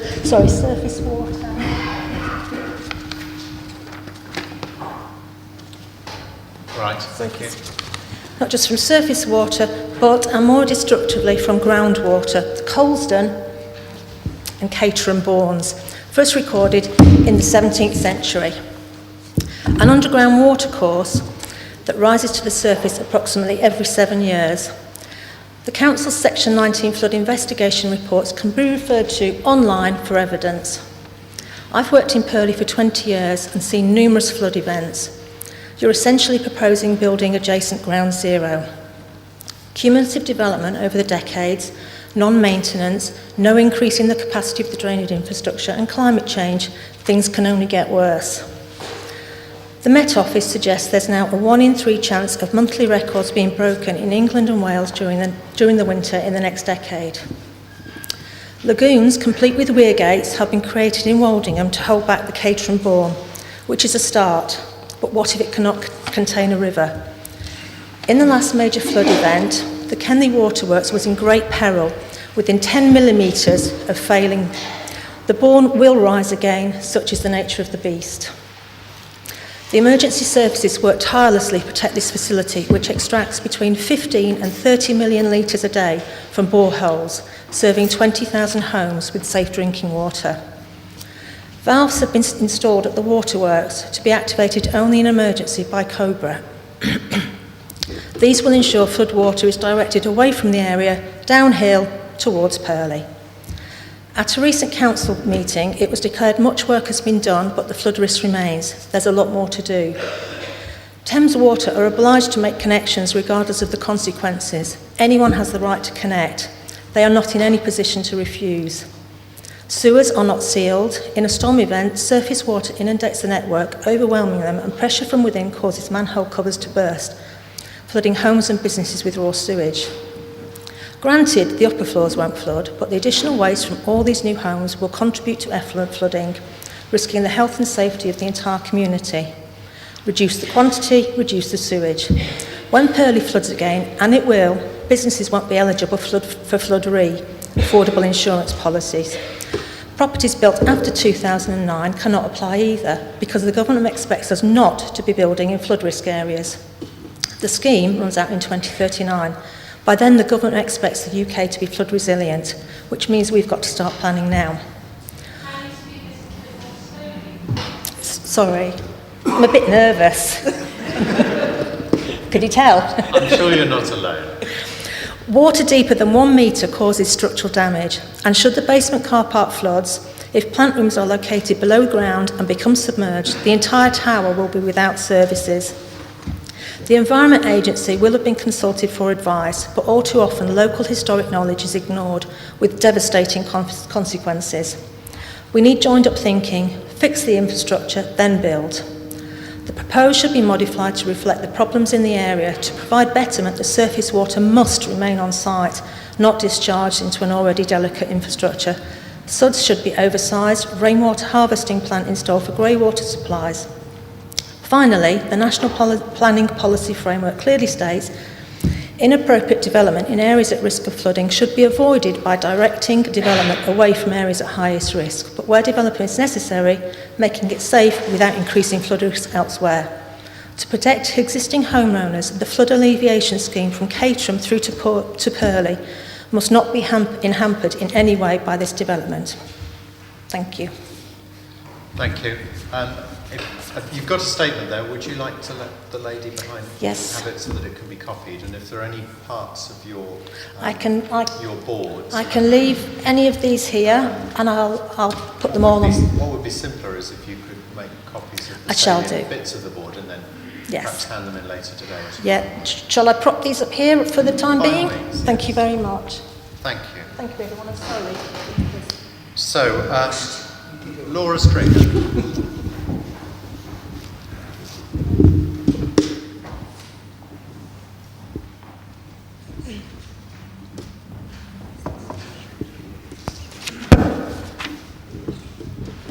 Right.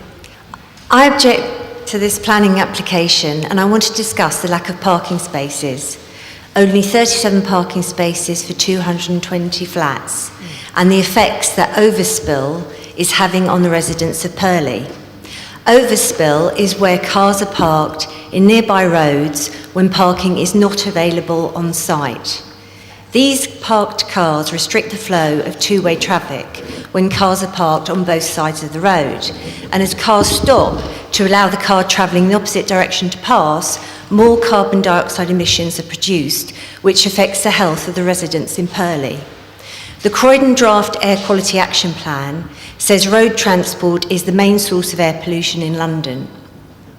The Council's own planning report at paragraph 8.149 states that 165 spaces are required. London Transport and Parking Addendum Chapter 6, London City Hall, encourages developments with good transport links to have significantly less than one space per unit as part of its policy on sustainable transport. It is hoped that restricting parking will encourage people to use public transport, cycle or walk, but people are not giving up their cars, especially on the scale that traditional parking spaces are being reduced. It is unfair and even irrational to commit further to this policy without considering the impact extra cars parked in the road are having to the health of residents in Purley. One of the policy considerations that the Planning Committee has to consider is minimising carbon dioxide emissions. Cars will be parked beyond the limited controlled parking zone areas. Car ownership is connected to affordability and is more likely in households that have children. National planning policy states that sustainable means ensuring that better lives for ourselves does not mean worse lives for future generations. And yet overspill is making the lives of present and future generations much worse. People are not moving away from car ownership or use. This policy is flawed and results in overspill.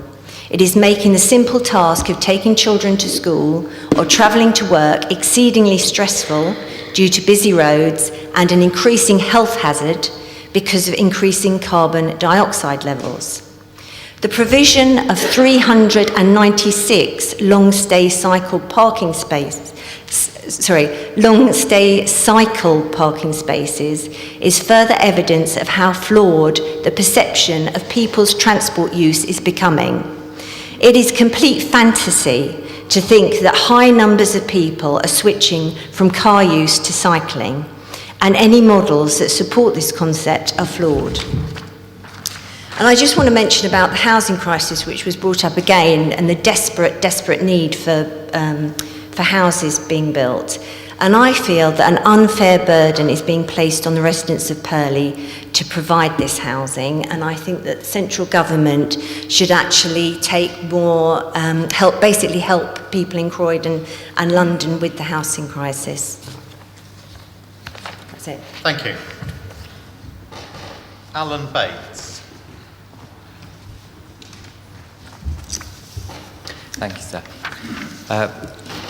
My name is Alan Bates. I live on the Bridle Road, which is one of the off-streets from Foxley Lane running across to Plough Lane. I know the Croydon and Purley areas well. I've lived in the Bridle Road only for a little over a year, but previously I lived in a flat in central Croydon. I strongly reject any suggestions that might be made that the people who are opposing this development are all well-heeled older people who don't like change. Certainly my partner and I consider ourselves to be still fairly young. We're a young family, recently moved to the area, and we have a 6-month-old baby. We're unashamedly pro-development in the Purley area, and that includes flats, perhaps 7, 8-storey developments. And we care very much about building homes for young people and young families in this area who want to be part of and make their lives in this particular local community. But they have to be homes that people want to live in, that won't ruin the character of the Purley area or its sense of community, which are the reasons why people choose to live here. Now, I've watched quite a lot of this inquiry. I don't want to repeat all the points that have already been made, but I just want to offer a personal perspective on 4 of the issues. The first is in relation to parking.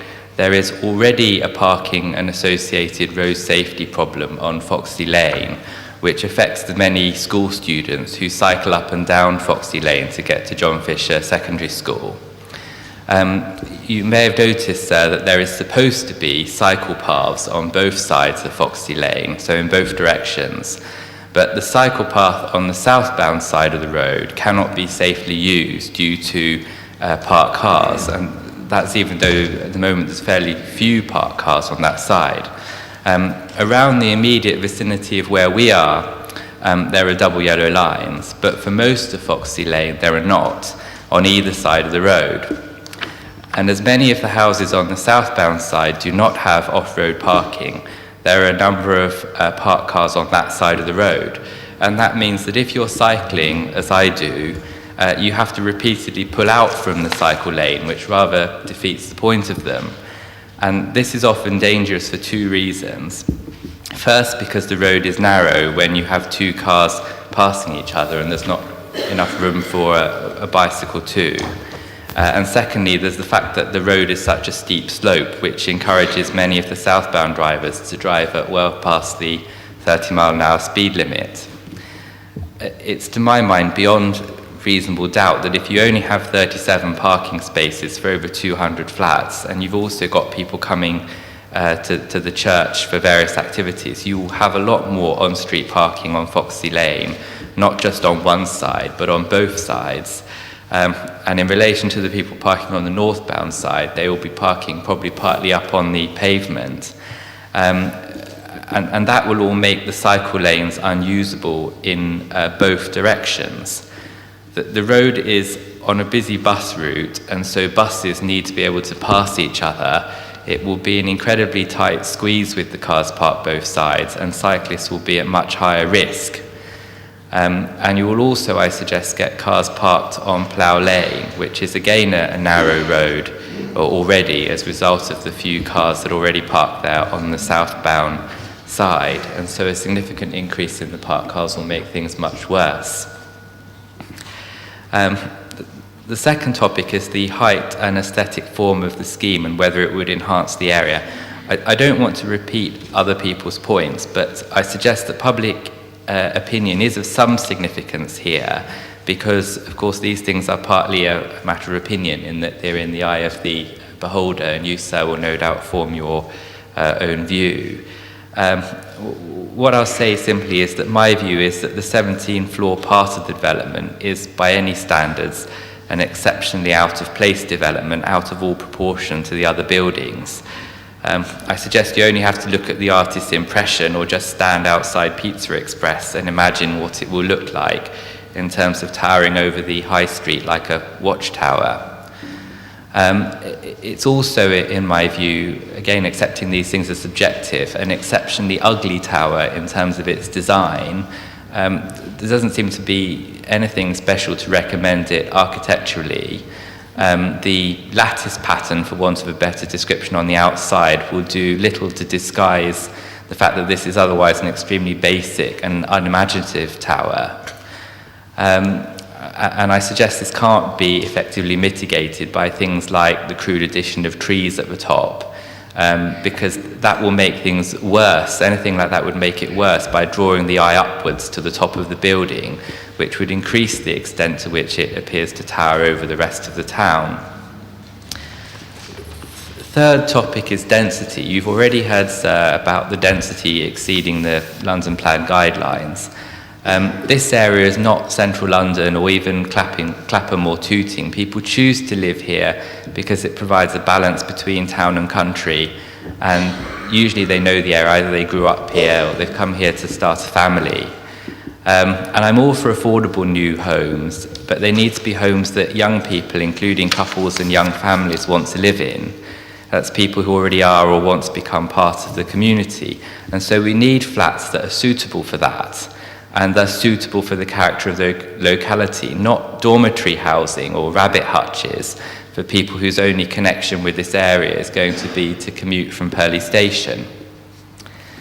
And the fourth and final topic is the long-term development of this area. I've listened to what's been said by the church minister and others about the tower being necessary to make the development viable. But I think there's much better ways in which we could have housing development, including flats in Purley. I don't think that anything should be taken off the table. I mean, if, for example, the church were to move to another site, you could potentially develop the whole of this plot for multi-storey flats. With the local authorities' cooperation, you could even have a new library or relocate the library, which could provide even more flats, more spacious ones, but with lower density and certainly lower height, perhaps 8 floors, which would be much more in keeping with this area and the local community, and provide houses that people want to live in here. And I say this as a Christian attending another local church, that it pains me to be opposing a development proposal by our Baptist brothers and sisters who do very great work in this community. But I simply don't agree that their wish to stay on this particular site can justify the massive change to the character of this local area that would follow from building this development in order to facilitate their preferred way of developing this site for their own purposes in a commercially viable way. And that's especially so as their church in particular is attended by people drawn from a fairly wide geographical area.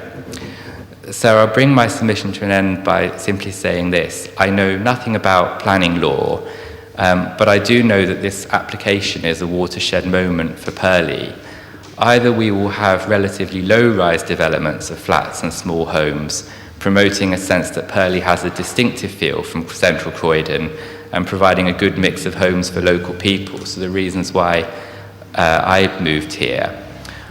Or this development will be the first of a number of 17 or more storey blocks of what can only be described as micro flats around the Purley Cross area, and that includes on part of the Tesco site, where I know that there are plans afoot for development there, which will be, if we're going to have that sort of development, there'll be more proposals of that kind for very small flats, very high rise, 17-storey or perhaps higher, built for single commuters. And that, I think, is something that the vast majority of local people think would be a disaster for this area. So those are my points. Thank you very much. Thank you very much. So just two people out of order in favour. That's Simon Cripps and Ben Gersh.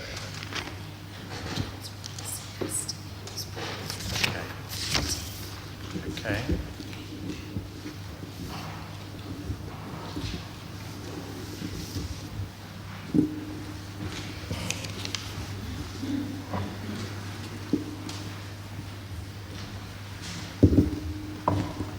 And then if Ben Gershon could be up ready to make his statement after that.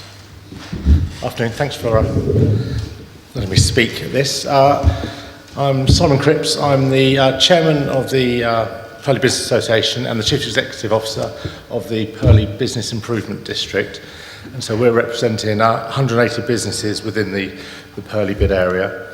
I've also been a local resident in this area for my lifetime, as much as a lot of people who have put their cases forward, which just shows what a nice area this is.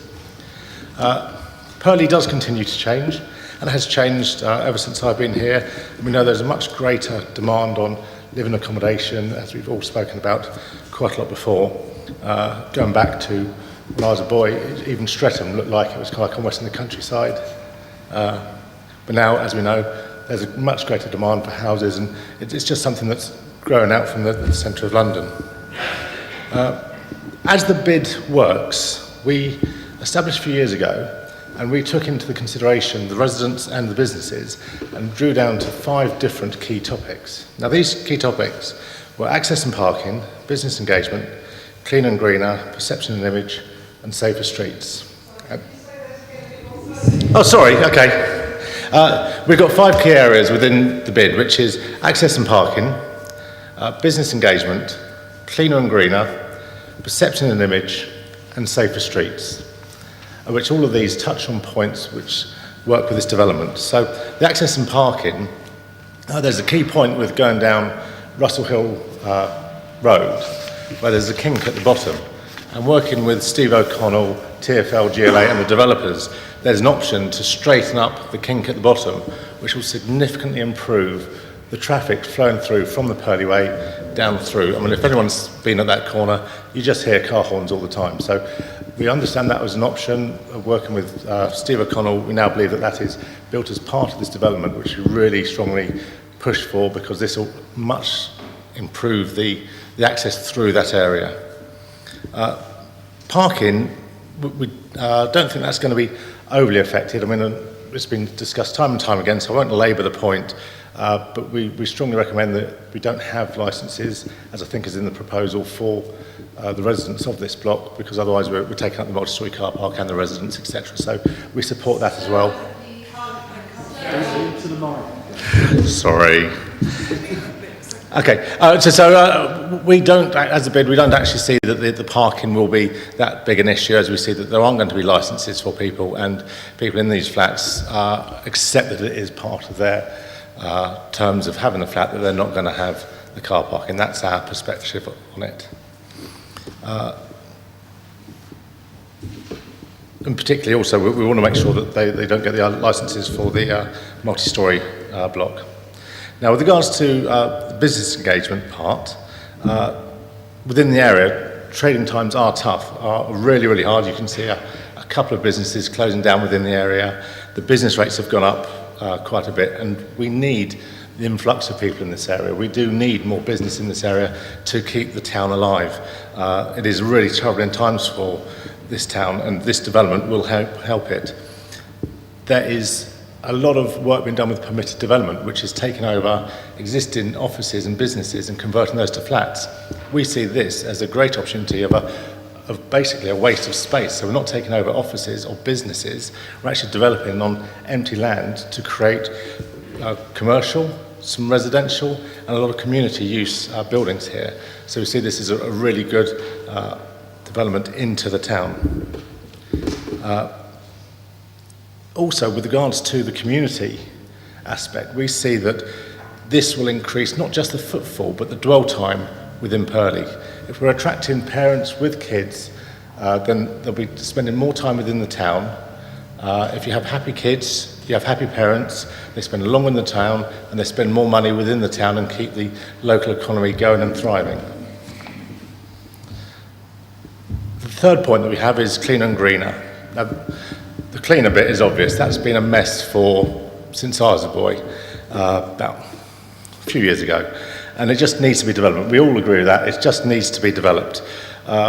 We, as a bid, ran a green infrastructure report quite recently, looking at how we can improve Purley with regards to trees and bushes, etc. And we had a very positive view on this development with regards to having flood gardens, having the green spaces and retaining the water on site, which will actually hopefully prevent floods happening more than actually increasing to the chance of floods happening within this area, just the way how we retain water.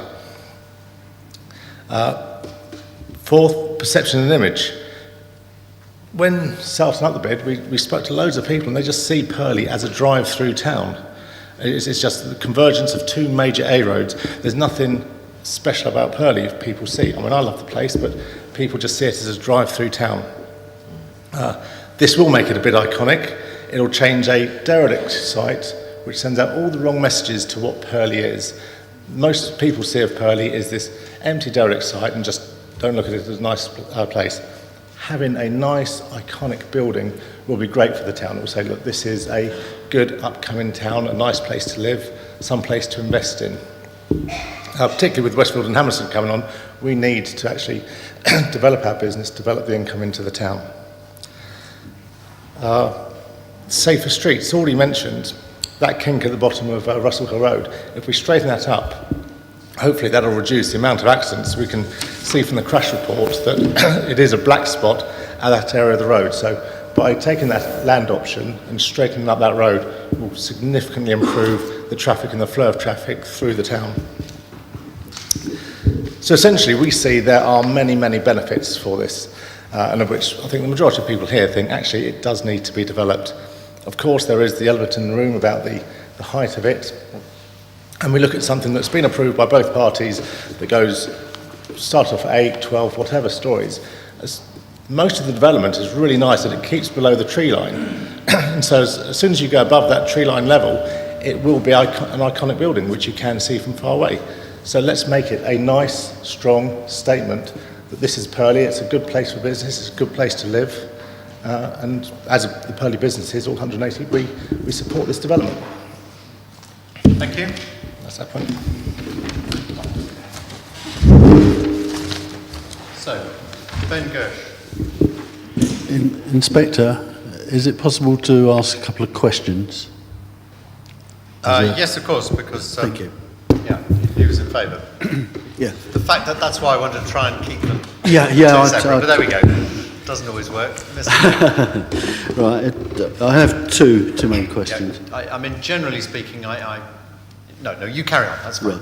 Right. Two quick questions. I think majority of what you said we would have no problem with, we agree with.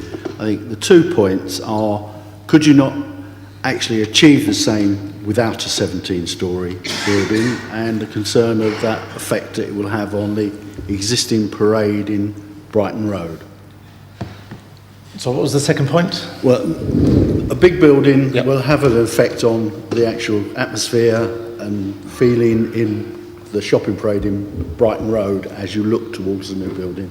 Do you think that might have a detrimental effect? Well, essentially, I mean, we don't know the economics of this building. As far as I gather, it's got a relatively low profit margin and it's got a relatively low affordable housing. So it's been delivered, as far as we can see, as the best cost-effective solution. So it's not our point to say how tall a development should be, and that's where I think these are great. This is great to challenge to make sure it is the best solution we've got. With regards to the look and feel of the place and how it will change the atmosphere, yes, it will.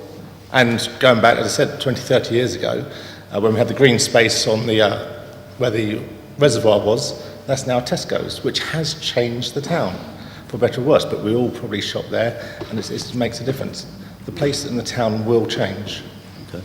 And my second point is, I think you agree with us that Russell Hill Road is the source of a lot of accidents on the gyratory, and I think our contention would be putting the exit in Russell Hill Road, with traffic having to exit an entry and cross the gyratory, might actually increase accidents, and have you considered that? Not town planners, but then as we see, there aren't that many spaces within that development to cause that issue. Okay, that's me. Yeah, please. I'll be very quick. My wife used to come shopping in Purley. We live in Sanderstead. My daughter now comes to Purley regularly to shop in Tesco's. And it's Tesco's that has lowered the quality of the shops. Sadly, it's lowered the quality of the shops in Purley town centre. And putting more people here isn't actually going to get more footfall into your shops because of Tesco's. I think there's too much Tesco baiting going. They employ 500 people within the town. They do bring people into town. They provide a lot of parking within the area. Yes, they've changed it. Yes, we don't have the butchers, the bakers, candlestick makers, but then where does? Most towns have the developments of a supermarket. It's not just Purley. Every town I speak to with bids, and I speak to literally hundreds of different town centres, they all have parking issues. And so having this place without these parking spaces actually will be a benefit. People will use public transport. And this is the way how towns are changed. Purley isn't special. I speak to loads of different regional town centres, and we have the same issues and problems as everybody else. And this is not the only development going on in Purley area. No one's haven't mentioned about the developments and the permitted development in the High Street in Purley above the offices there, or the ones on Whitecliffe Road, or the change to permitted development in the Brighton Road. It just seems to be the height issue. So all the other issues I think we manage with, and it's fine. Thank you. Thank you very much, Mr. Gershon. And then back to objectors, Tim Pollards. We need to try and speed up a little bit if we're to get through everyone today. Good afternoon. Thank you. I'll try and be brief. My name is Ben Gershon. I'm director and owner of Frost Estate Agents. We're Purley's oldest firm of estate agents. We've been there a long time. We deal with a lot of local residents on a day-to-day basis. In the last 4 years, we've probably sold and let over 1,000 properties. So I also sit on the board of the Purley Bid. That's my own time. I also support local community ventures. I've also supported the Purley Festival for the first 2 years at personal expense as well.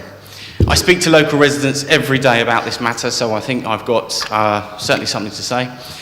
First and foremost, it's been sort of something I've had to look at for 20 years. The whole time I've worked at Frost, and since I've owned it 10 years ago, I've looked at the hoardings, and I just think it's criminal that such a prime site has stayed vacant for so long.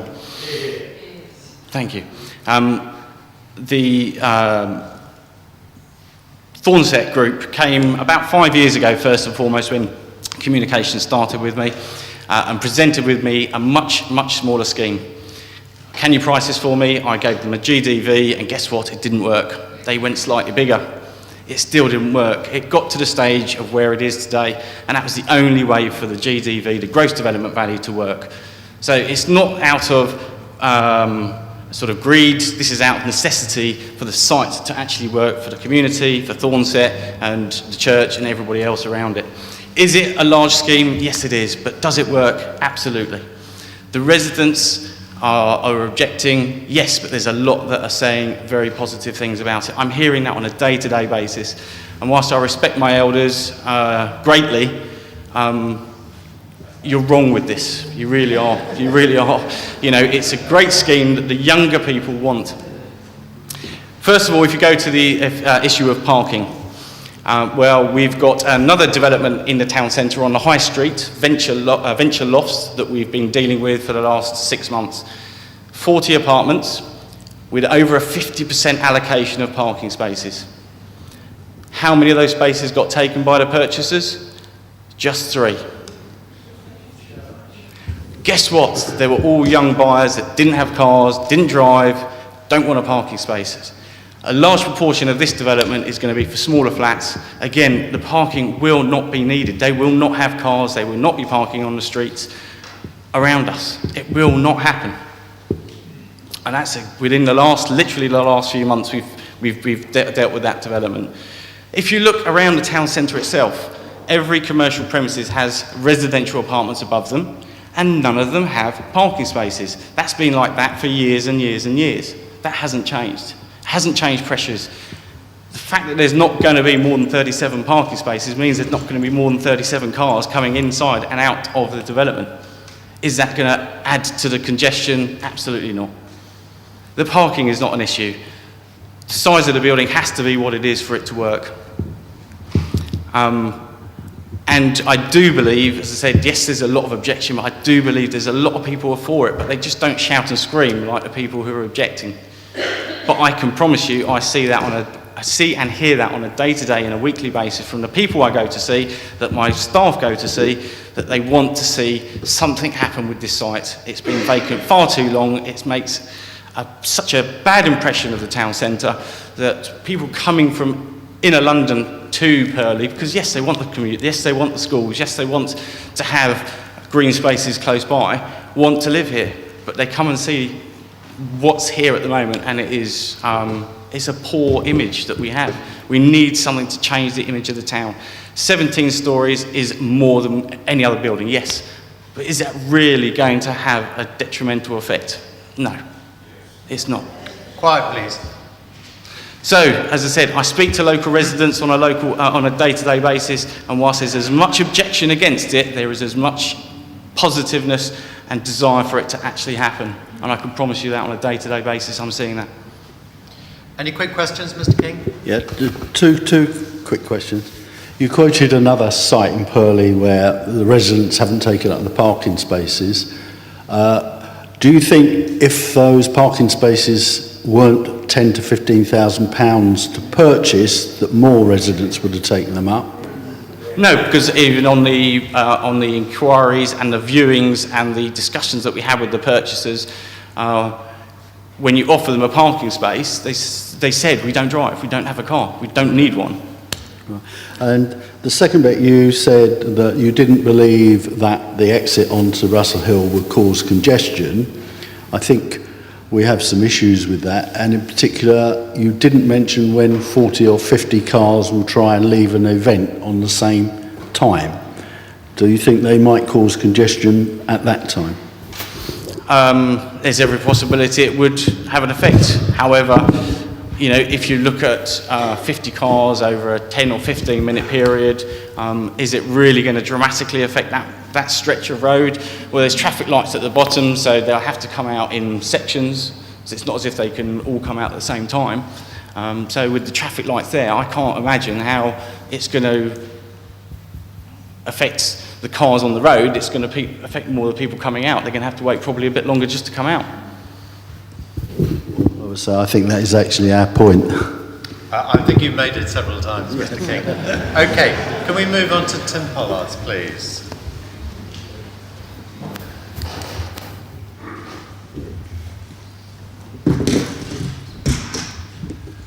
Thank you very much for giving me the opportunity to speak. I am a resident of Sanderstead and have been for 25 years. I'm one of the ward councillors for Sanderstead and have been for 15 years. I was deputy leader of the council for 6 years until 2014, and I'm now the leader of the opposition in Croydon. So I've encountered a lot of redevelopments of various types over the years. The first thing I would say is I'm absolutely not opposed to a mixed-use scheme on this site. Councillors' manifestos in local elections from 2002 to 14, all of which I've been involved with, have all included a pledge to encourage appropriate development on this site. So the issue for me is scale and appropriateness of the application, not the fact that it needs redevelopment. And many towns have faced a similar sort of moment of decision where a single application determines the future direction of an entire built environment. Croydon Town Centre had its moment in the early 50s where it chose to become an edge city rather than a market town. And in a sense, this is Purley's moment. The future with this development seems quite certain to be very different from the future without it. most planning applications, a building is just a building. But in this case, it's highly likely that this building will really determine the future of the whole of Purley for a generation. Local MP Chris Philp has set out very comprehensively his view on how this development is in conflict with policy at national, regional and local level.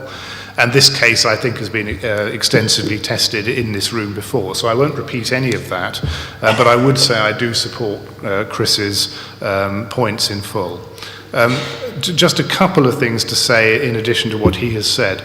From CLP 2 2017 DM 16, tall buildings should respect and enhance the local character, and elsewhere in the same policy the design should be of exceptional quality and demonstrate that a sensitive approach has been taken in the articulation and composition of the building form, which is proportionate to its scale.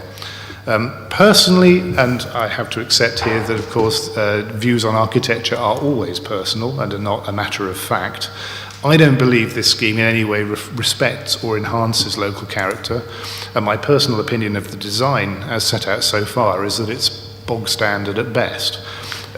Compared to other tall residential towers in other parts of London, which are extremely striking, perhaps too striking for Purley, this is a very standard scheme.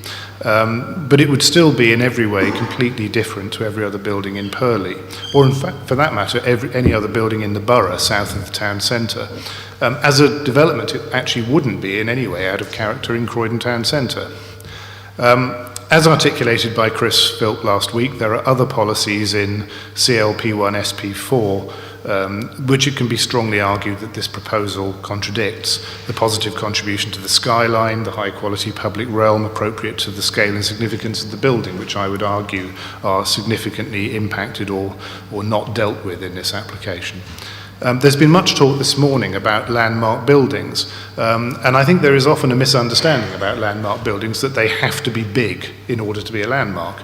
I was very struck as I came down into Purley this morning through the railway arches that there is a building in Purley already which is something of a landmark building that you see as you enter into the town centre, and which marks the difference between the sort of residential character to one side of the railway bridge and the more urban character the other side, which is not actually a tall building at all. It's 6 stories, which actually would make it one of the taller buildings in Purley, but it demonstrates that a landmark, something that says the character is changing here, you're coming somewhere special, can just be good design, interesting features. It doesn't have to be massive.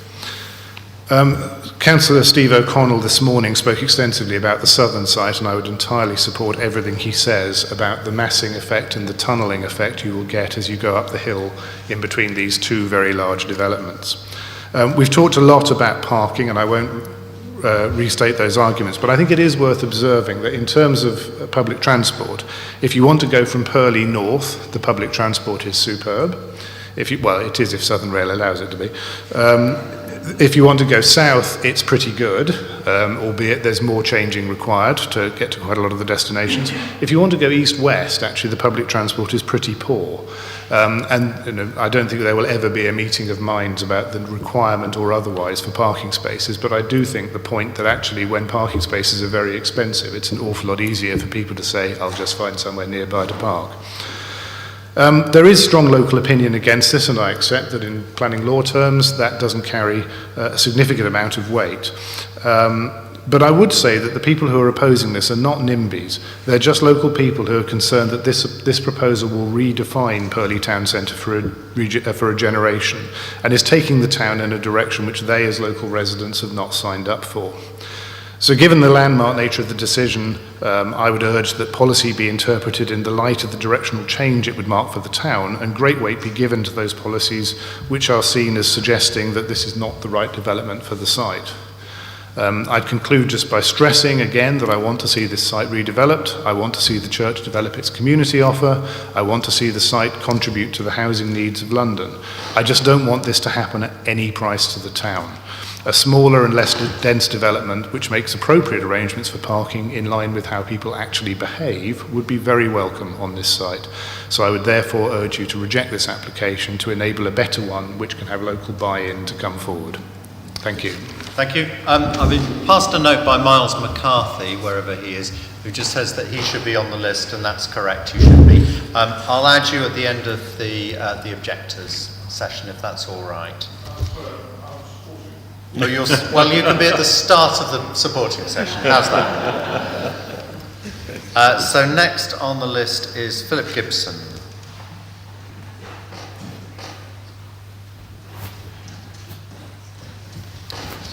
And then Malcolm Saunders.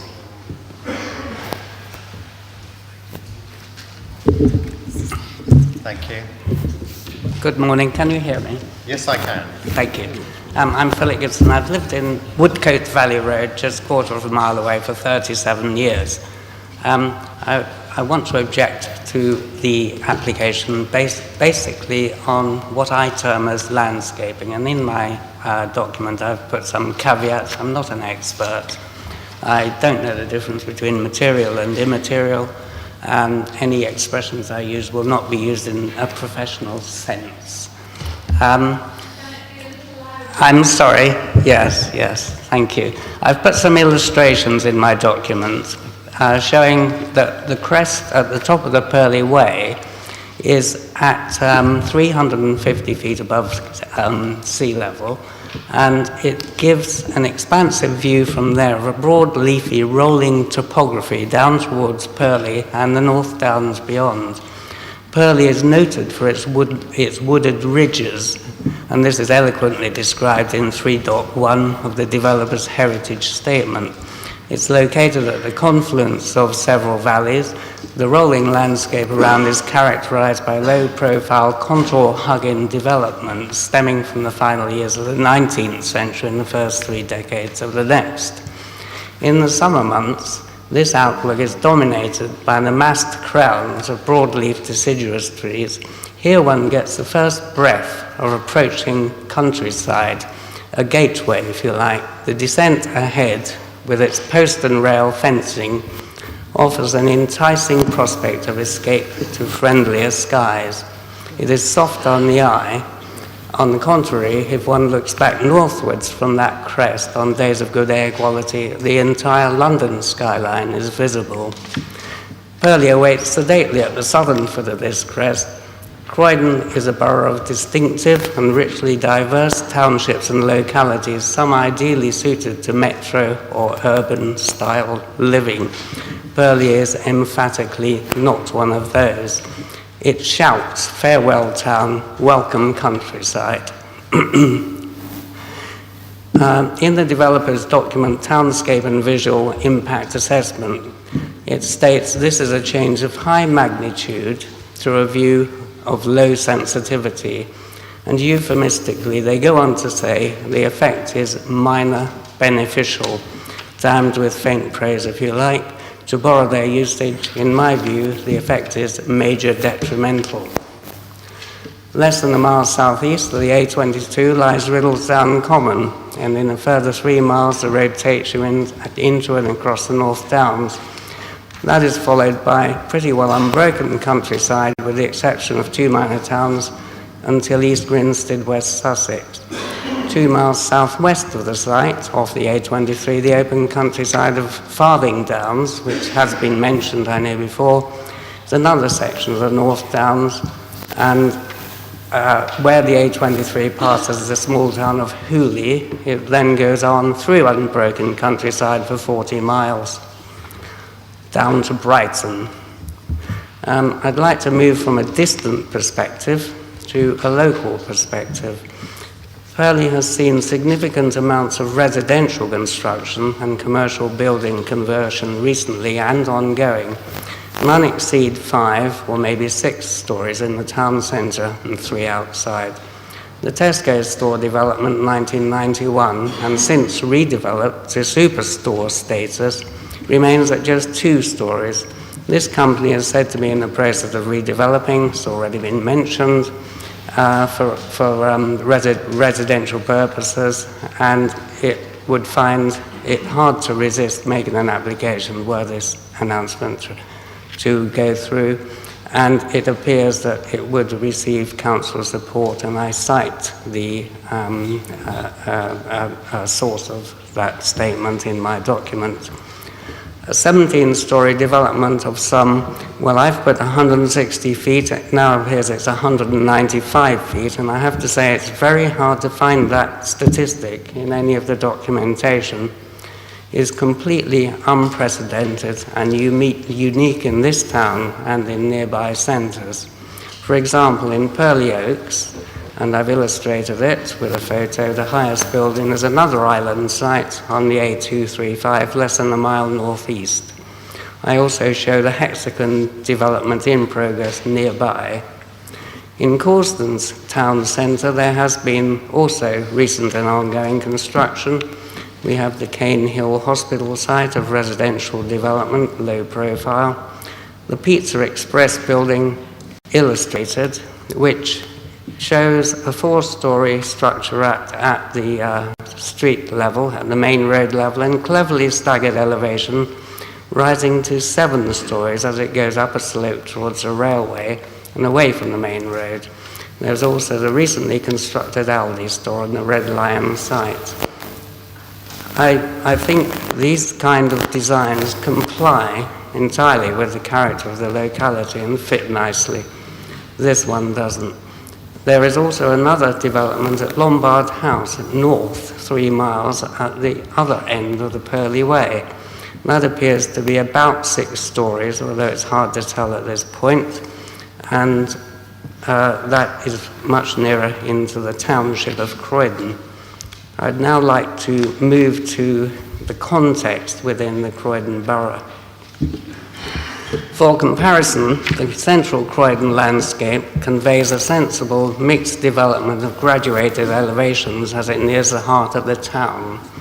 A townscape which I contend lends itself admirably to Croydon's often sought-after city status. The recently completed island site at the intersection of Wellesley Road and Whitehorse Road, standing at 20 stories, forms one natural bookend, if you like, at the northern end of this putative city's skyline. There's another residential bookend, altitude 26, at 26 odd stories in Altyre Road, and between these two, the distinctive and iconic Berkeley Homes development, Saffron Squares, recently completed. Westfield will distinguish Croydon's vibrant heart even more from its neighbours as the ideal place for life, work and leisure. I feel inspired and proud of this far-sighted transformation, as do many of us here. As always, we in Purley cast a benevolent eye as critical friend from afar, often impressed, and it has to be said, sometimes aghast. The visibility from the neighbourhood, I've gone into a little bit of detail working out levels here, and I won't dwell on them because I know time is tight, Mr. Nicholson. Thank you. But I see that the crest I referred to at the beginning is 350 feet. I now understand the tower to be 195 feet from the learned architect friend who gave a talk earlier. That would make the height of the top of the tower 430 feet above sea level, meaning that the top several stories of the tower will be able to see over that crest at the top of the Purley Way, heading north, and view the skyline of London. And due to the undulating terrain from the west-northwest to the northeast compass points from this tower, dwellings above that height would have line of sight to the development. Actually, some substantially below will not, because we have undulating terrain. And I've gone into a bit of detail to show by simple usage of route planners, which I use for my cycling. I cycle a lot, some several thousand miles a year, that one can work out these elevation profiles and see who can see and who can't the tower at any height. I looked at the Purley context long site sections document in the application, and I noticed, for example, there's a red line which goes from the tower northwest across Purley Knoll, terminates at number 13 Box Ridge Avenue as marked D. A simple reading of this, perhaps naive, would lead one to think the red lines mark the limit of the tower's visibility. In fact, there would be at least 10 stories to view. I believe there are large tracts of residential property in an arc from those compass points that currently enjoy seclusion and privacy, which will be overlooked. For your reference, sir, it may be useful for you to request a shaded map that shows 10-story level and top of the tower level and who can. Well, I'll leave that to the applicants to decide how they want to present it, but I can certainly look up the large-scale drawing. It'll be amongst these that you've referred to. Thank you. And the drive round, I'm sure you've done that, would perhaps be quite informative. Sorry, a drive round. That's programmed for tomorrow. Okay, excellent, excellent. So you do pop in for a drink. I shan't do that, but if you want me to look at these particular things, and I know Mr. King and Mr. King have got copies there, I'm sure whoever's representing them tomorrow will be happy to take them. Thank you, thank you. It would have been useful for the residents to have had such an intuitive grip of the bulk and height of this development, because it is not obvious straight away what the height of the tower is or what the visibility of the tower is from the neighbourhood, particularly those who currently enjoy privacy and seclusion. I'm going to summarise, thank God. So I find it puzzling why Purley has been selected for a building of such height, particularly as the town lies towards the edge of this outer London borough. I find no planning precedent. The building, presumably with its aviation warning lights illuminated 24 hours, will clearly tower above Purley Centre, many times higher than any existing property. I want to just mention, although it is in the summary, air pollution, and I've included in my document a screenshot of an air quality survey by the GLA dated 2011 at the confluence of the A23, A22. And here we have a racetrack of a one-way system. We have air pollution. We have a tower which will be offensive to the eye. And I would contend, sir, that this is a development unsuited to high-density living. With regard to the air quality, you may wish to revisit item 7, conclusions of the developer's air quality report, and they talk about there being specific designs in the bottom few stories which are designed to eliminate noxious emissions and ingress of those into their dwellings. This would presumably mean they have to keep their windows shut. I believe we owe some duty of care when making decisions over the occupant's quality of life, and this, I think, should weigh into those. In the developer's heritage statement, item 5, they state the development will have a profound and transformative effect on the identity of Purley, equivalent to the transformation it underwent in the early years of the 20th century. In item 6, their conclusion of that document, it states the development will considerably change the setting of the designated and undesignated assets.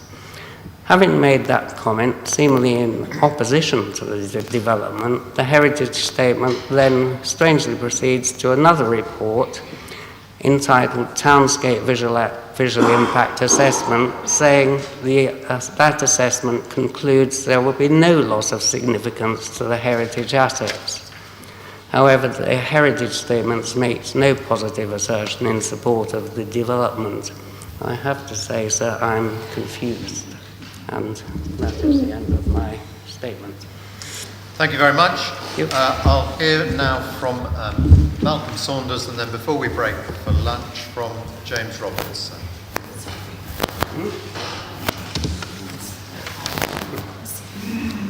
Yes, please do. Do you want the microphone?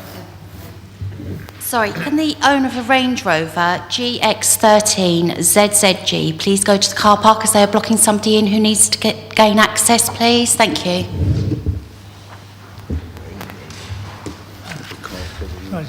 Good morning, everyone, and thank you, Mr. Chairman, for allowing me to speak. Thank you.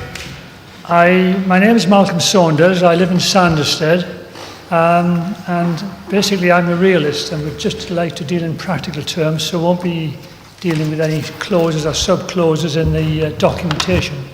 But I do want to deal with one particular document, which is Council Proof-RB, which I've copied the relevant pages to my learned friend here, to yourself, and a copy to the Residents Association. Basically, if you look at page 17 on this document, it states that car usage as being 165 cars per 220 households, which is 3/4 of a car per household. I understand that this is actually the average for the whole of London, and I would estimate that figure for a suburban area like Purley is probably closer to 1.5 cars per household. Certainly is now a road, anyhow. But if I use the 0.75 cars per household figure, I calculate the following. Proposed number of households on the island site, 114, which equates to 85 residence cars to accommodate. 106 resident households on this south side, which equates to 60 residence cars. Now, each of those residents is going to have a visitor from time to time. Not all at once, obviously, so I would assume that something like 1/5 of the households would have a visitor at any one time. So that's looking at another 23 cars for the island site and 21 cars for the south site. Sorry to quote figures that you probably can't see. The other thing that's likely to happen is someone's going to need a doctor or a care worker come to visit them. So there should be a car parking space reserved for them. That's another one place at each of the sites.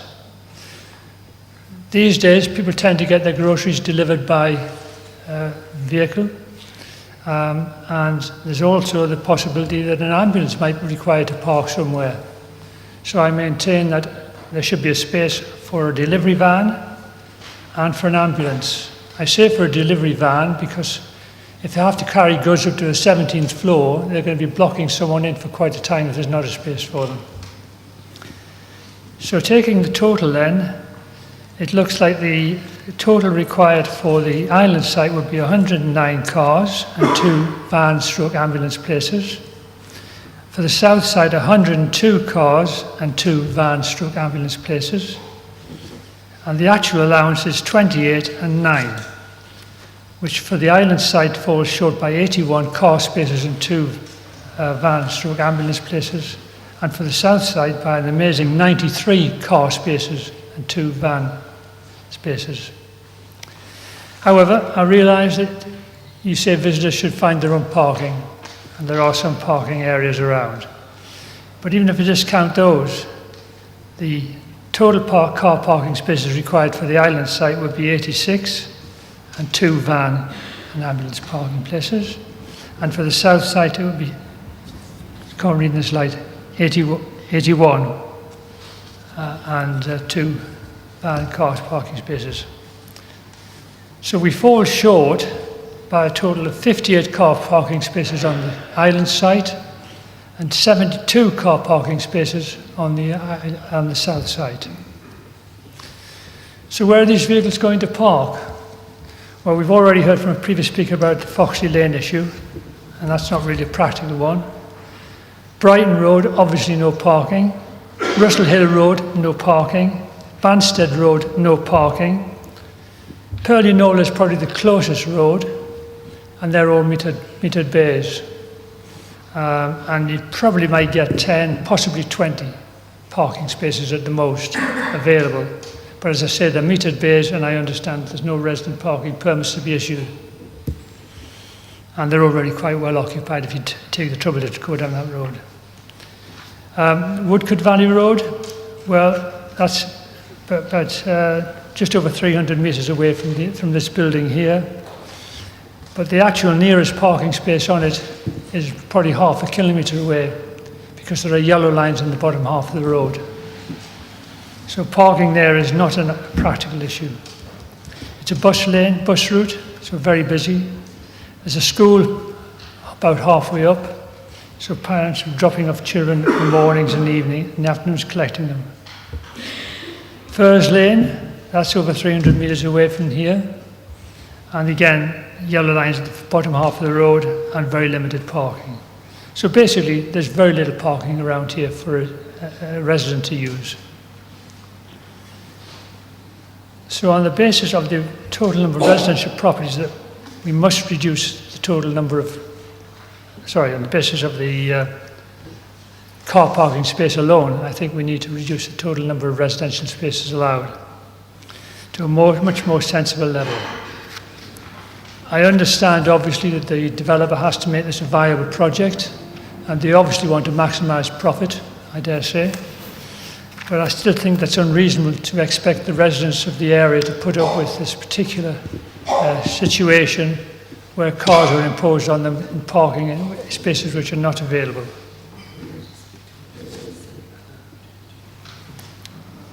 If we just go on, I'm nearly finished.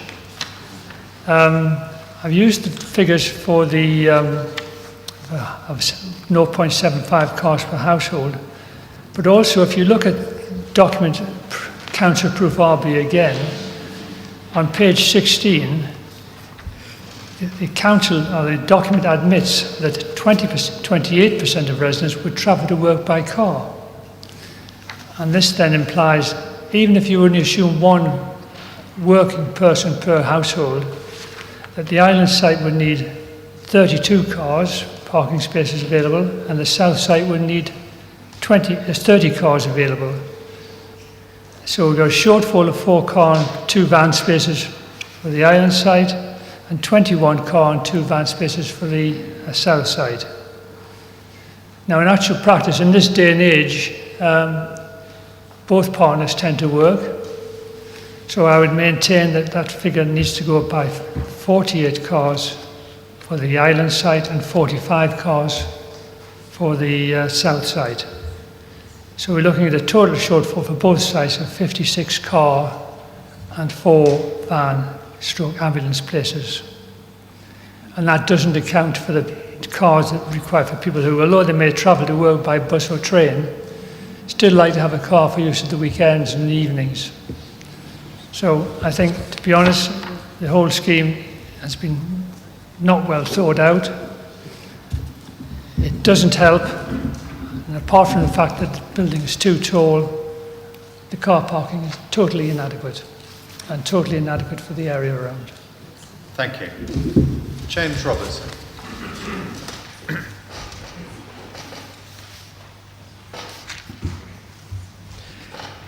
Thank you very much. I'm conscious that only some of the people here object to the proposals, but all of you will object if I take too long and separate you from your lunches.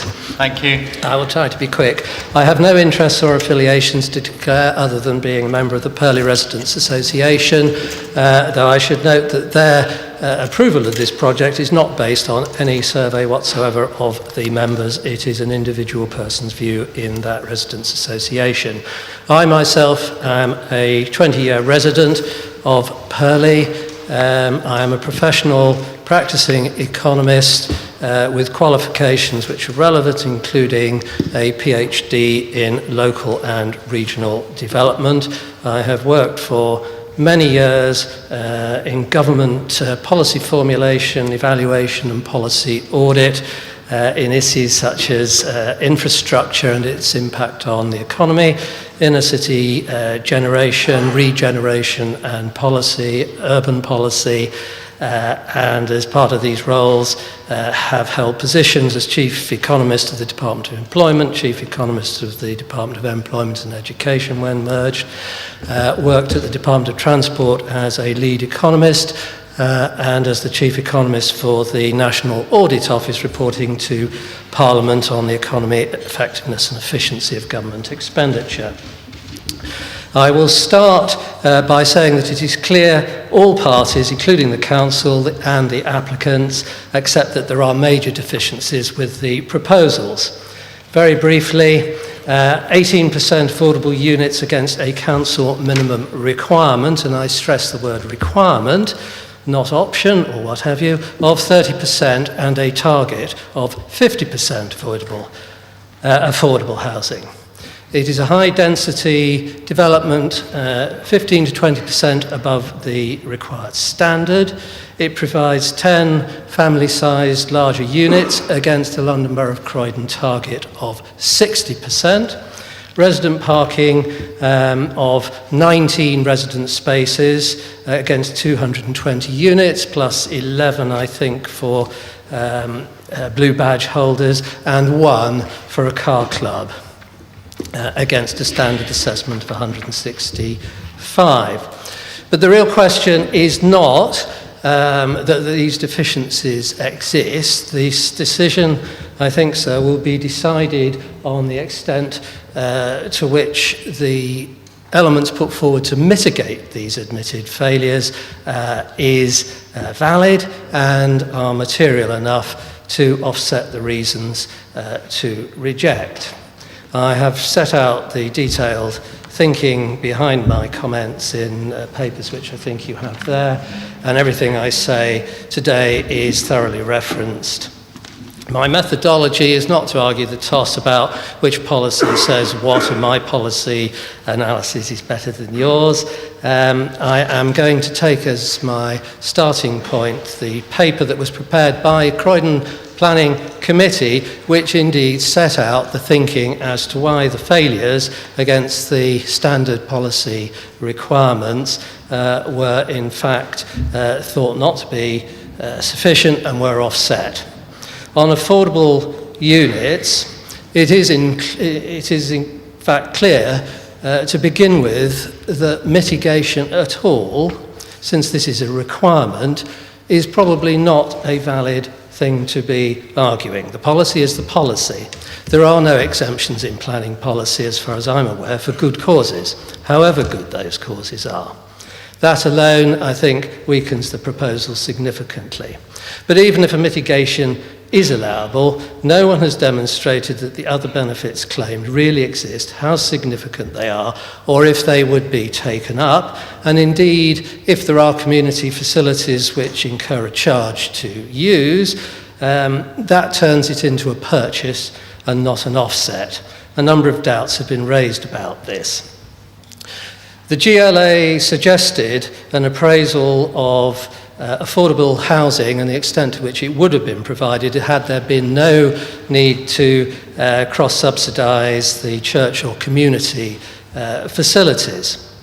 I'm not aware that this has been carried out. I think it is very important to carry it out because it provides a quantified benchmark rather than some sort of hand-waving to make a reasoned assessment of whether the community benefits will in fact meet the need to bridge the gap to mitigate the very low proportion that will be provided against the requirement and indeed the target. On bulk, height, mass and local enhancement, much is written in the Council's paper, talking about the fine tracery, the forests in the sky and so on. I'm not an architect. I know it is a subjective element, but it is of interest to me that all of these statements about the artistic, the architectural merits in fact come from an unattributed source, which is the client's architects themselves. The council have merely reproduced this without any acknowledgement to demonstrate that any objections to height, mass and local enhancement are offset because the architects say so. What I have done instead is to try and offer a slightly less subjective approach, and to do this I have taken the illustrations, the photograph simulations prepared by the architects themselves, on the grounds that if anybody is going to make it look good, it will be the architects. In my paper there are a number of reproductions of this. I refer you in particular to figure 2. This is the impression by the architects of the mass of the tower in relation to the existing buildings. I don't know how visible it is from where, but it does seem to me to raise some significant questions about just how much it actually respects and enhances the local area without domination. Those points have been made more than adequately by others. What I have done in addition, though, and this is set out in figure 3, is to compare the structure as proposed to a number of 1960s tower blocks. I make no judgments about architectural merit, but I think you can see, and if I can hold this up, that to a person from Mars, it would be very hard to identify which is the 60s tower block. Could be quiet, please. Thank you, sir. And I don't make this as some sort of flippant comparison. I'm old enough, very nearly the age of 70 now, to have remembered all the advantages which were quoted then and the similarities to the advantages which are quoted now. Those 60s blocks failed in that respect. I have every reason to think that nothing has actually changed in this respect. The research shows that the only people who really like living in high-rise blocks are the very rich. I move on to parking. It's been well stated, I won't repeat any of that. The council's mitigation for this largely rests on the concept of PTAL, in other words, an accessibility rating. I believe that too much weight is placed on this, not because PTAL is in any way defective, though obviously there are problems with it like any form of modelling, but instead because it confuses the idea of car usage with car ownership. Most of us have a car. Most of the time, if we're not using it to commute, and even if we do, it sits around doing nothing. Therefore, how much access and how much use there is not the relevant thing. It is whether people will want to own a vehicle.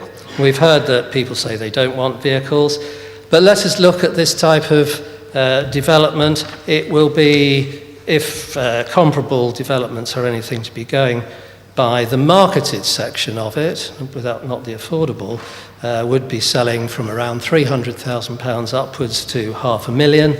The economic modelling of car ownership, not usage, car ownership would suggest that a large number of those people would in fact want to own a car, even if they don't use it very much.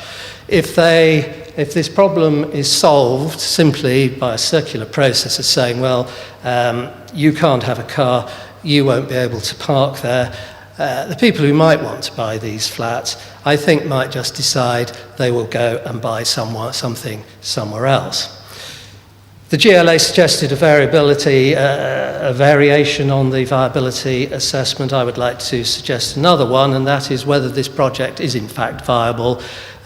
Should those people who would be looking to pay comparable market prices find that the units are unattractive to them and therefore go elsewhere, what sensitivity is there to the viability of this whole scheme if the market price has to fall to sell them?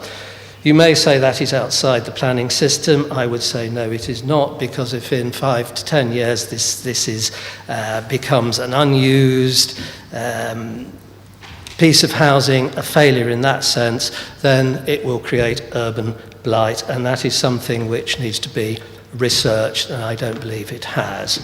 Finally, I will conclude by saying I'm not against development. I think it is a facile, meretricious argument to say we need development. No one is denying we need development. What we need is the right building in the right place, and this one is not. Thank you very much. Thank you. We're a little bit behind. I do want to try and get through everyone today so that you all have a chance to be heard. So I'll curtail the lunch break a little bit. We'll adjourn now until 2 o'clock. Thank you, sir.